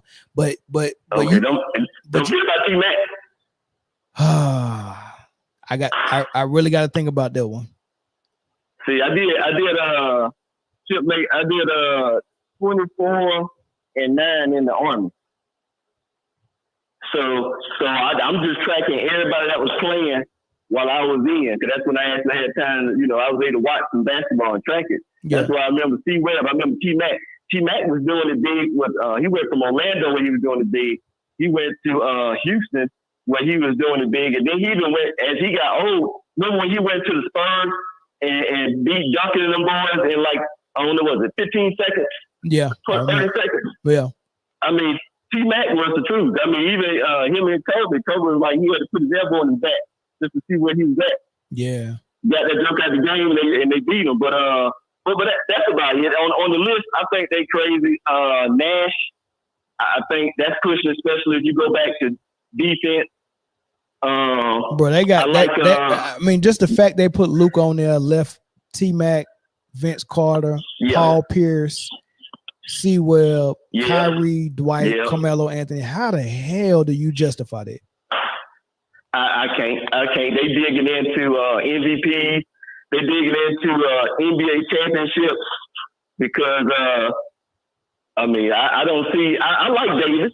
I think Davis is going to be great, but he's not there yet. He can't play a whole season. I mean, there's so many things about Davis. I think his biggest chance to do well was in this finals, but LeBron had to get a stat, so he didn't get the ball in the fourth quarter, even though he had like 30 before they got there. Yeah. But it's like I think Davis is coming, and he just showed us a bunch of glimpses. He's like a flash in the pan. He'll show it to us 1 minute, and just like he was the year before last. 30, next game, 17 points, 11 points, next game, another 30 or 40. He's just back and forth. You know what I mean? Yeah. I mean, I honestly, I might even have, as a player, I don't know if he would make my list, but if I'm evaluating players, I think Rasheed Wallace is better than Anthony Davis. Yes. I was going to bring him up too. But I was like, okay, I can see why they can push back on him a little bit. Yeah. But he won one too. For sure. And then on what Draymond said, if you look at when I comment on on YouTube for you, I look at it the same way he did. As far as when they benched Embiid. That was just to say, oh yeah, we benched him last game, so we're gonna tell this guy this game that he's not gonna play. Yep. He was trying to cover it up. Even before that, I thought they benched Tatum because they was in the middle of saying why they didn't want Brown, which is kind of like a poor man Tatum. And what they did was they ensured they played White a lot against a big team, which they should have needed Tatum more so than they needed anybody else. They benched him and made sure White played a lot. Mm. And I was like, they just justifying why they needed White on the team versus Brown. And then the poor man with a rich man Brown, which is Tatum, they benched him. Which basically tell you, if he was benched, you already know Brown wouldn't have played in that game, right? Oh, that's interesting. Yeah. I thought, because all that was hitting at the same time. Yeah. And then even in the interview when you were showing where they were saying that Tatum missed the day. Yeah. Like what was the media him saying that right then? When they was talking about not bringing Brown on team, then all of a sudden he talking about Tatum was late. That was dropping breadcrumbs, wasn't he? Yeah. I was like, and I agree with your point too. It could have been because he missed first couple of days of the camp or training, whatever. But also the question he asked him was on Brown, and he found a way to make it back to Tatum before he even gave his answer. Mm. And I ain't care for that. And then your first call of the day, when he brought up what was his name? Jason Terry? Yeah. Jason Terry, man, I was the one that came in and told that LeBron gave up. He quit that game so Wade would be MVP and he be robbing to Wade Batman. You ain't checked that yet. No. Hey, I told you started the fourth quarter game too. When they was up, sitting down, the starters, James came back out to get his stat, shot 2 ill-advised threes. Before you know it, they had to bring all the starters back in. And they lost that game. And after that, for some reason, LeBron couldn't score anymore. And I know he was like, oh, they bagged off LeBron. You telling me Popovich didn't know that when he was at Cleveland? He hadn't seen that before? Mm. Yeah. I mean, everybody was backing off him. Sometimes when you look at like Ben Simmons with the Jason Kidd, with their Magic. You know why they're great passers? Wow. They don't have no J. They used to take the J out of Jason Kidd. They saw him Jason Kidd. Yeah. So LeBron know he's not a great shooter, so he always put shooters around, no matter how old they are. He wants you to bring in a bunch of old shooters. I can vouch for that though, because I remember in 7th grade, my jump shot was very, very horrible. But I could pass my ball. Look, so two things about when you can't shoot. Mm-hmm. That pass and be on point, and in an open floor, you trying to get to the rim on that fast break, man. I lived in the open floor. Like, you would think I was an elite player in 7th grade when I was on a fast break. If I get that ball on the fast break, I'm nice, because it's hard for you to put pressure on me, and you know. So I couldn't dribble that well in 7th grade, and then I couldn't shoot that well. I didn't get put all that together to 9th grade. But yeah, you're right. When I couldn't dribble and shoot, my passing was elite. Passing stayed elite, but when I could score and shoot, I'd rather do that. Somebody else can pass. If I get the ball, it's going up. You know what I mean? So that's how it was, man. But yeah, let me get the rest of these calls, man. I catch you on the next one. Thanks. Hey, too easy. Hey, you love the show. Have a good one. All right, no doubt. All right, let's get one or two more calls. He said, I give you props on that bit of honesty. I'm always honest. I've always said that. You know what I mean? And that's why I got a little better in 8th grade, but my 8th grade summer before I went to high school was the summer that I worked the most on my game. And when I got to 9th grade, I was ready to go. Caller from Ohio, what's up? What's up, buddy? What's good? Couple things on the ant that think he should start. Who's he gonna start over? On the Olympics? Yeah. And Edwards, I think he do start. Now I say, who does he start over? He starts over Tatum. No, I mean Tatum don't start. I'm talking about if he think he should be a starter, he's not going to start over Steph. Anthony Edwards, Edwards do start. He has started. I think it's either him or Booker. I think they both have started. No, they haven't started. Not in. Edwards started. Edwards started game one. He started game one. Okay, well I must have missed the beginning of game one. Okay, who did he start over? I think the starting lineup was Embiid, LeBron, Anthony Edwards, Devin Booker, and Steph Curry. And okay, so he started through. Okay, I mean, I just wondered, if he felt like he should start. I mean, because there's only a couple positions, players he would bump out. Well, I mean, if you look at it, if you want to say who's been outperforming who, the top performers for Team USA in the top 3, you will have to put Edwards in there. Depending on how you value whatever you value, you're either going to have LeBron, KD, and Edwards as your top 3 performers. Your bottom 3 performers is probably going to be Tatum. Of course, Halliburton, because he's barely playing, and right. I think Steph is in the bottom 3. Well, no, because Steph is opening up the floor, so nobody's going to take Steph's spot. No, Steph look like Devin Booker can open up the floor just as well, and he's actually knocking his shots down. Steph looking really bad out there. Well, Steph has kind of got that Tatum thing because Steph won't speak up. They got Steph, and you mentioned it before. They should call him Steph Corbett or Steph Reddick. He's just running around in circles, drawing attention. He's not bringing the ball up. He's matter of fact, mostly they just having him catching and shooting.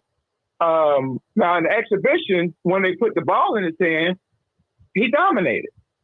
But since they took the ball out of his hand, today he played pretty good. He was 2 from 2 and he hit some free throws, but he only had 3 shots. And the way they're planning, they're sucking the game out of him because he's just running around. Yeah, So, somebody just corrected me and said that Edwards didn't start game one. It was Holiday, not Edwards. Yeah, I didn't think Edwards did. Right. Okay.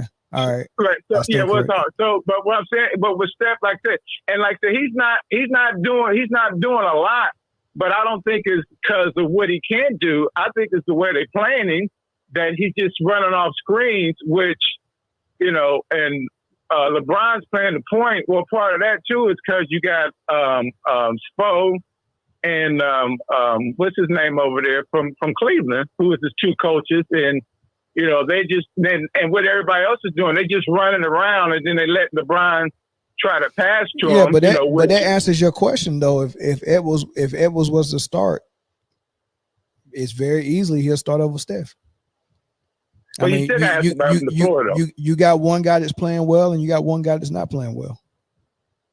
You don't think? I mean, I don't think Steph's not playing well. I just think he's not getting like today. He got 2 shots. Well, he's not playing as well as Edwards. But Edwards is being aggressive. So I don't disagree. I don't disagree. He's not playing as well, but he's not putting the ball on the floor. He's running, and all they're doing with him is catching and shooting. But you're giving me the reasons why. But I'm giving you the answer that if I was to start someone, if I was to start Edwards, I would take Steph out of the starting lineup. But I'm saying he's being more aggressive. But I'm saying he can't do what Steph do, and the floor is going to close. And vice versa. Like if vice versa. If Booker is on the floor, they're still going to have the spacing. Now, if I'm being realistic, we would not be playing basketball with LeBron running the point for me. If I was really wanting to put a potent offense out there, while also trying to keep a defense out there, I probably would want to see what it would look like. I still would start LeBron, but I would not have him on the ball. LeBron, you got to get your points slashing, right? Right. So I would have LeBron out there. I would also have KD, right? And this instant offense that we're getting from KD off the bench, I would expect that from probably maybe Tatum or Booker off the bench. So it'll change. If KD was in the start lineup, it'll change that second team and who's going to be taking the shots, right? So I would try Anthony Davis, LeBron, and KD in my front court, and in my back court, it'll be real interesting to see Edwards and Steph, or maybe if I really wanted to kill them and be big, but I wouldn't have the shooting. I would love to see what it would look like with Tatum and Edwards, with Bron, KD, and Anthony Davis. That'd be real ugly, right? And because I really like the idea of having that big lineup. And forget the shooting, right? Because I mean, we act like that's the only way you can play basketball is spreading the floor with a lot of shooters. You don't have to play like that. The Dream Team had, Jordan and Magic in the backcourt, right? That's not a lot of shooting. Then they had as far as small forward, they even started Pippen and had Karl Malone and David Robinson. Where's the shooting at there? But they had Bird out there. What they did do, but Bird played limited minutes with his bad back. But what they did do is with that lineup of Pippen and Jordan, the defense was locked down on the perimeter, and they would get a lot of breakaway steals and fast breaks, and that should be your offense. And then you can come off the bench with guys like Booker and Steph shooting lights out, and they wouldn't know where to turn. So I would overwhelm them with that size and quickness. My shooting is gonna have to come from KD, but I would love to see that Tatum and Edwards in the backcourt. Well, I'll just say this. I want to comment on the Draymond thing. I think it's two things that nobody on the Dream Team can do better than Steph, and that's shoot and dribble. Nobody else got the shot or the handles. But I'm going to move on to the Draymond. I think, and the Tatum, from what I'm hearing, it's because he was late. But if he wasn't, if it was just the coach's thing and their coaching, like I coached before, and I didn't have regular teams where I just had my regular team, and then I didn't had tournament where I've been in a tournament and I stacked my team. And sometimes it's hard to get really a good guy in there, because you was on a magazine and all that has nothing to do when the ball is in the air and you going up and down the court and you're not thinking about what a guy just won or what he did 4 years ago. None of that matters in the heat of the moment of the game. And on the Jordan Poole thing, I think, and like I'm a big follower of the Warriors. I like the Warriors. Jordan Poole to me is a Jordan Clarkson and the other guy. I don't think he's a starter. I mean, he's a good player. I mean, I love his talent, but I don't think he's starter. I think he's more of a Jordan Clarkson type player, or what's the guy that had the crossover to come off the bench forever, or like a Lou Williams. And as far as him with the Warriors, I mean, however they did that, I think they could have done it a little different because I think he's valuable. But I don't see him as a starter. I see him as like Jordan Clarkson. He lights it up. I think that's how I see. He's definitely a starter on the Warriors. Who? Jordan Poole. And that offensive system, he's a starter on the Warriors. And the difference between Lou Will and Jordan Clarkson is Lou Will and Jordan Clarkson have point guard bodies, but they play like shooting guards. So they're undersized and they play off the ball, right? And they too much of scorer. They got the scorer's mentality, so they can't play point guard. Well, they can, but it's just not what they're better suited. Jordan Poole is actually 6'4", 6'5" with long arms, and is a real two guard. That's the difference between Lou Will and Jordan Clarkson. And then on top of that, he played in the Warrior system, and he already started for them and played well. Yeah, he came off the bench a lot as well, but when Steph was hurt in the playoffs, he started and he helped them advance to the second round. Not Clay. So let me ask you this: if y'all would have kept Clay, like y'all did keep Clay, and y'all let Jordan go, do you think Clay was a starter last year?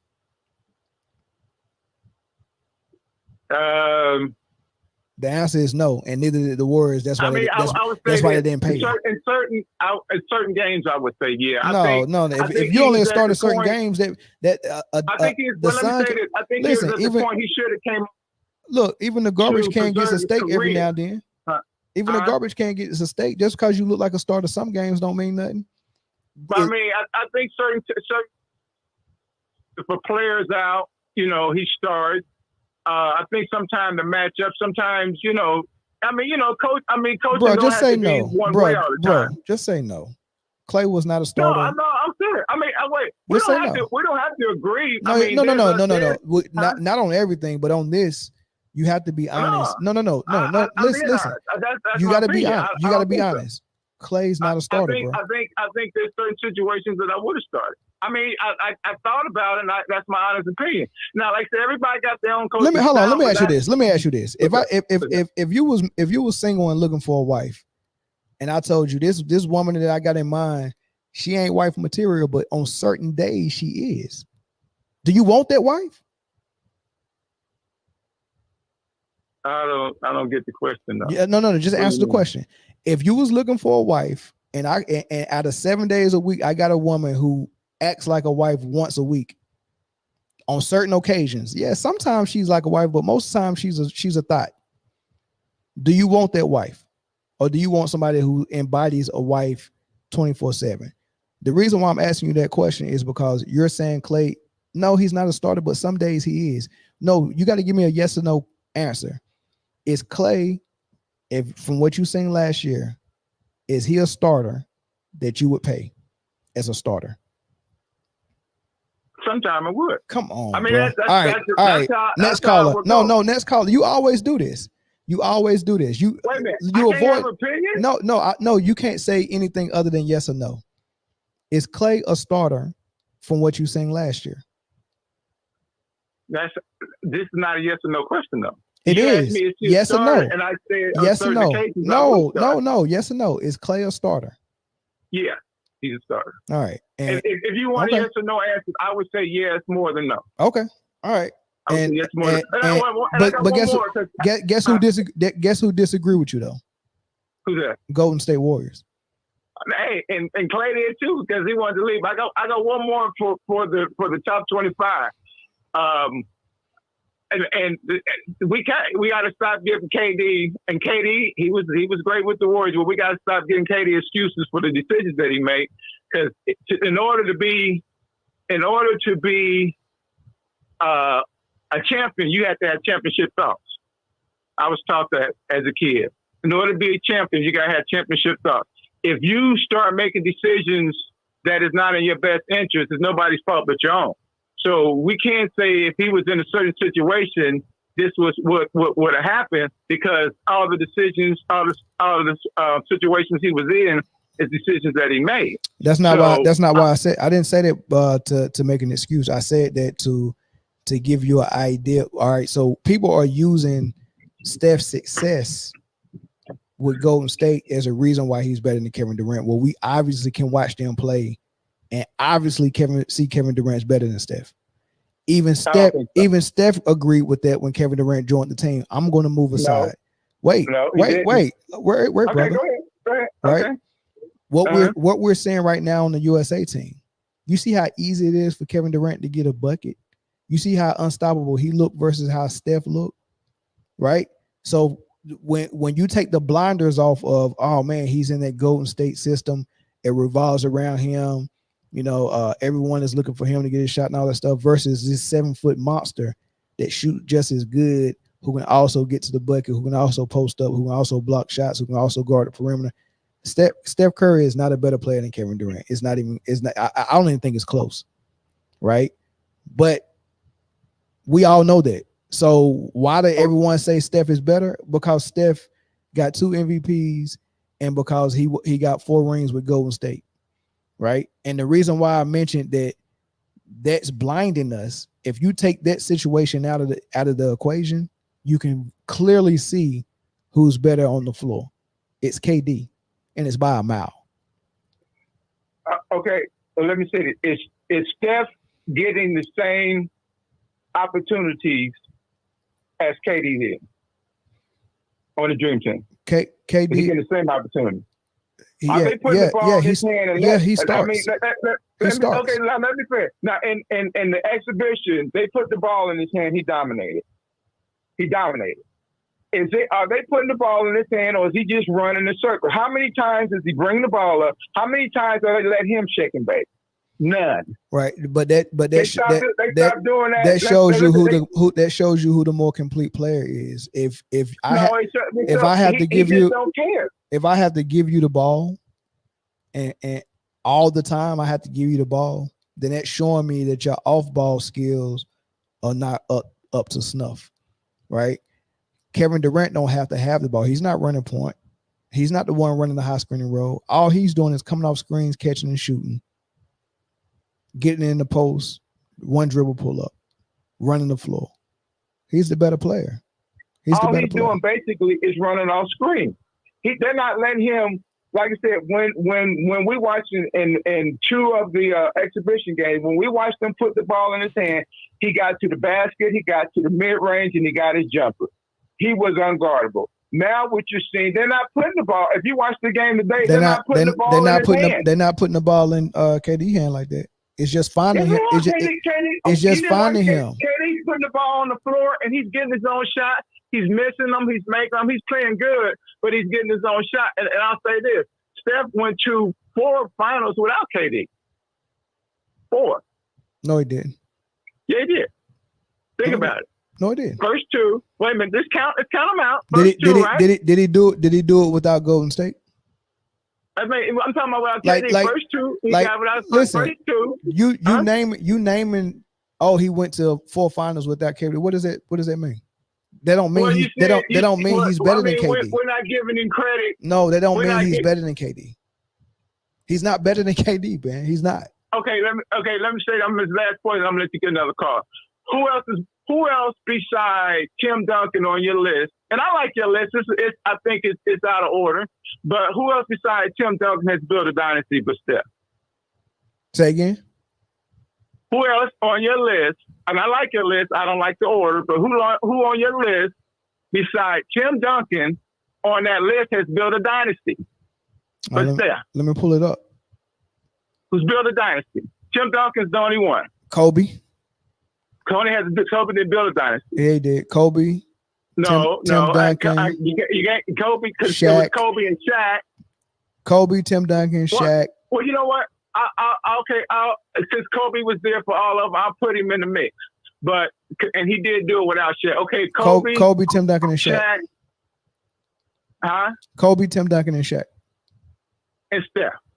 And Steph, yeah. You said besides Steph. Okay, but is 3 a dynasty? Because I'll give it to him. So, but what I'm saying is, KD hasn't built a dynasty. LeBron hasn't built a dynasty.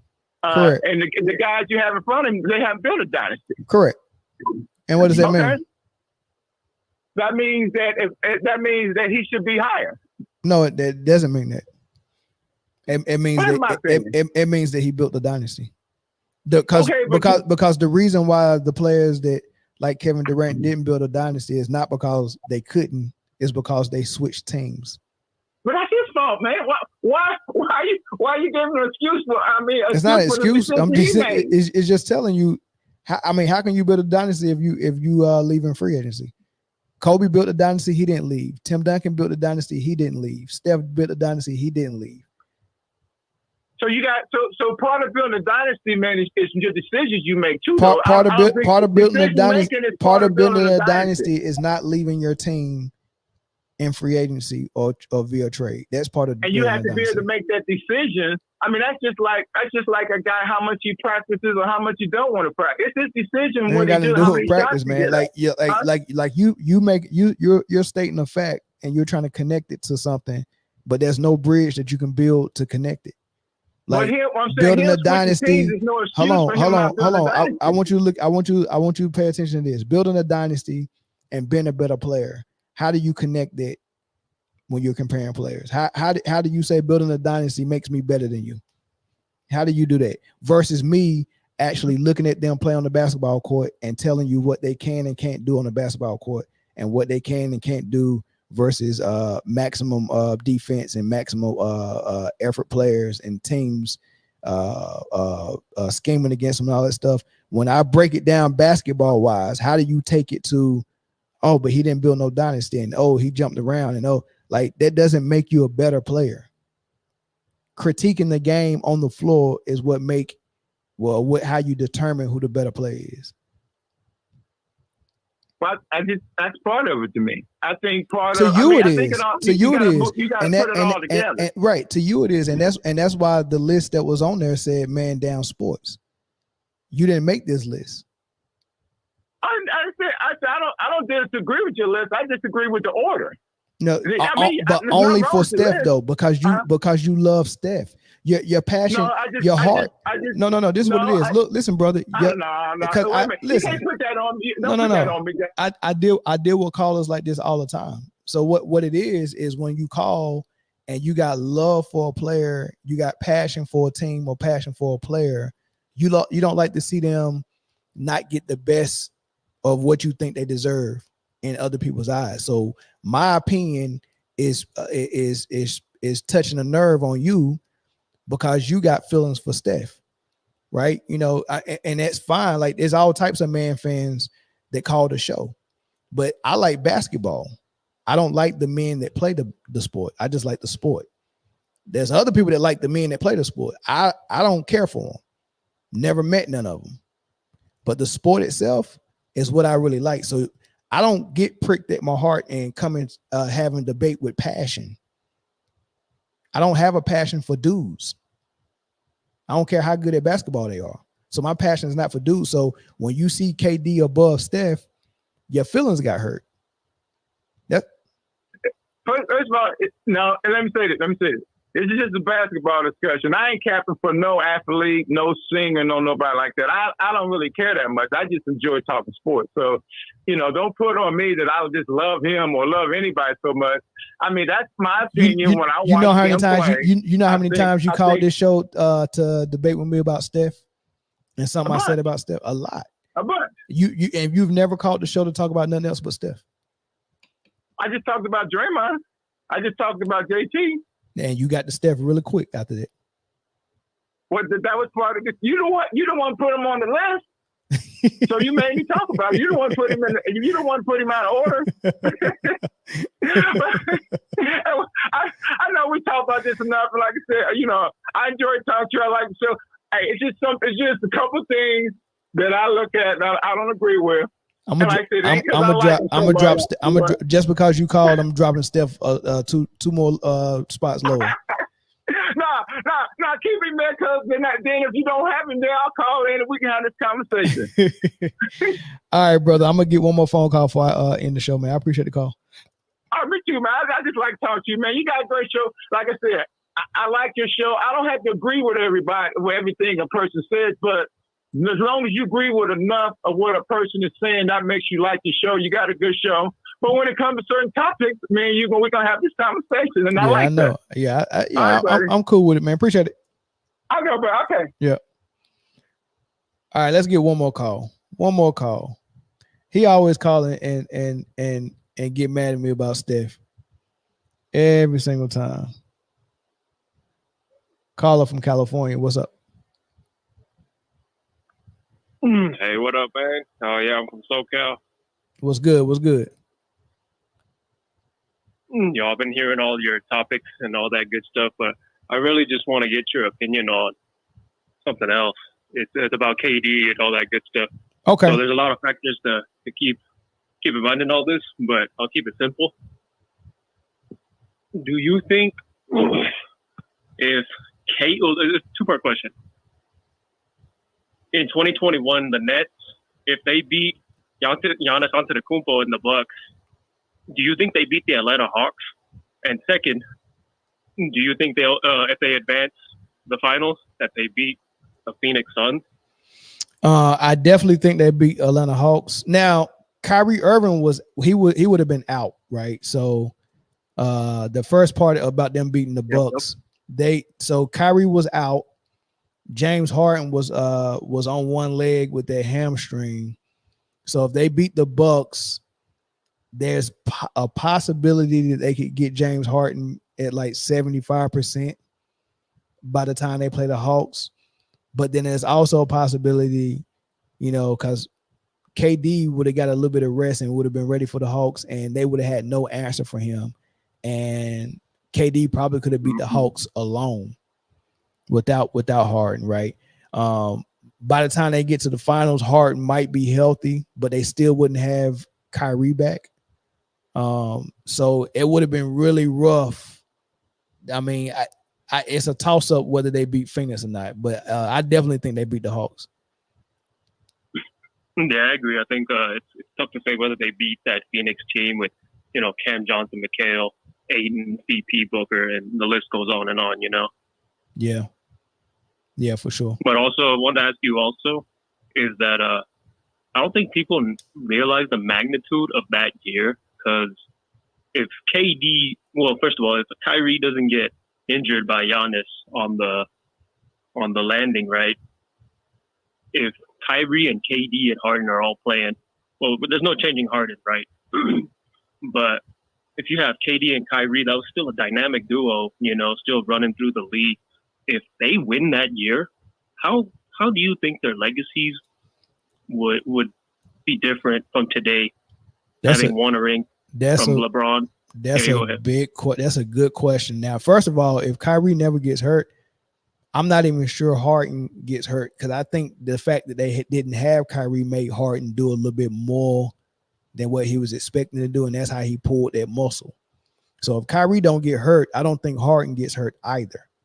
So they would have went into that Hawks series and blew them out of the water and went and been ready for Phoenix in the championship, and probably would have beat them 4-2 as well, right? So, and what that does is that means KD would have won before Golden State got a chance to win, and the narrative would have shifted to, instead of it being KD can't win without Steph and the Warriors, it would have been sheesh. Yep. It would have been something different. And then the whole thing about Kyrie not being able to win without LeBron would have been different. And, we look at Harden a little different because he finally get a ring. All of that is changing. All of that is different. So much stuff would have changed. And then I think the Brooklyn Nets would have tolerated Kyrie a little bit more with the vaccine and the vaccine mandate in Brooklyn, and they would have, you know, man, it was just the fact that they was trying to re-sign Harden, trying to re-sign Kyrie and KD, and they was desperate to win, right? Because they bought a big three in here. We supposed to win with this, and they was desperate to win. And the fact that Kyrie said, "I'm not getting the vax," just upset them, and they didn't have any patience. But if they would have had the ring, it would have been different. Everything would have been different. Yeah, for sure.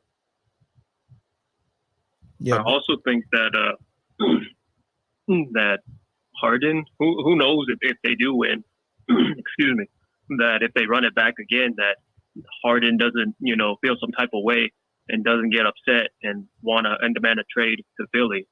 He what do you wouldn't. think about that? No, he wouldn't have, because I mean that's the only thing he wanted to do was when he was in a rush to win for his own legacy.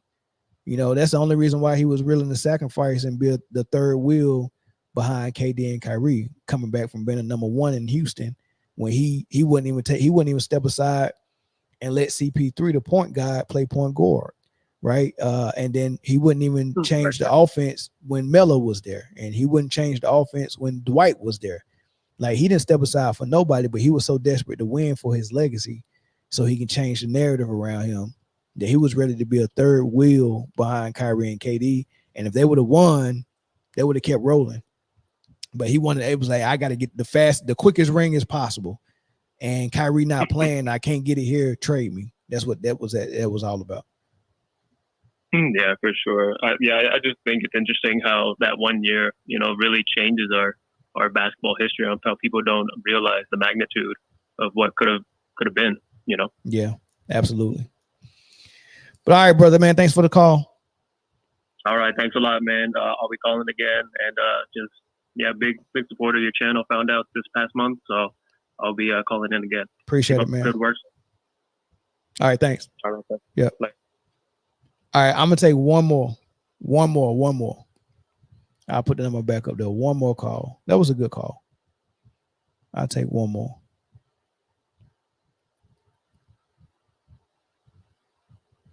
Man, y'all having an all-out war in the comment section, ain't you? Sheesh, y'all going at it. He said the last caller sound like rain when a white man can't jump. Oh man. All right, man. So I guess that's the last phone call.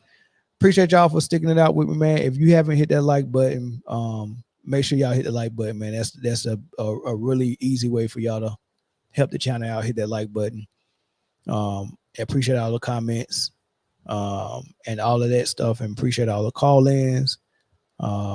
Make sure y'all hey man, if y'all starving for content throughout the week, man, just go look at some of my old stuff.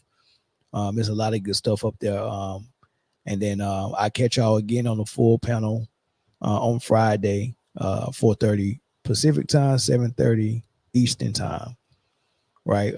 But until then, y'all enjoy the rest of y'all night, man, and I'll see y'all Friday.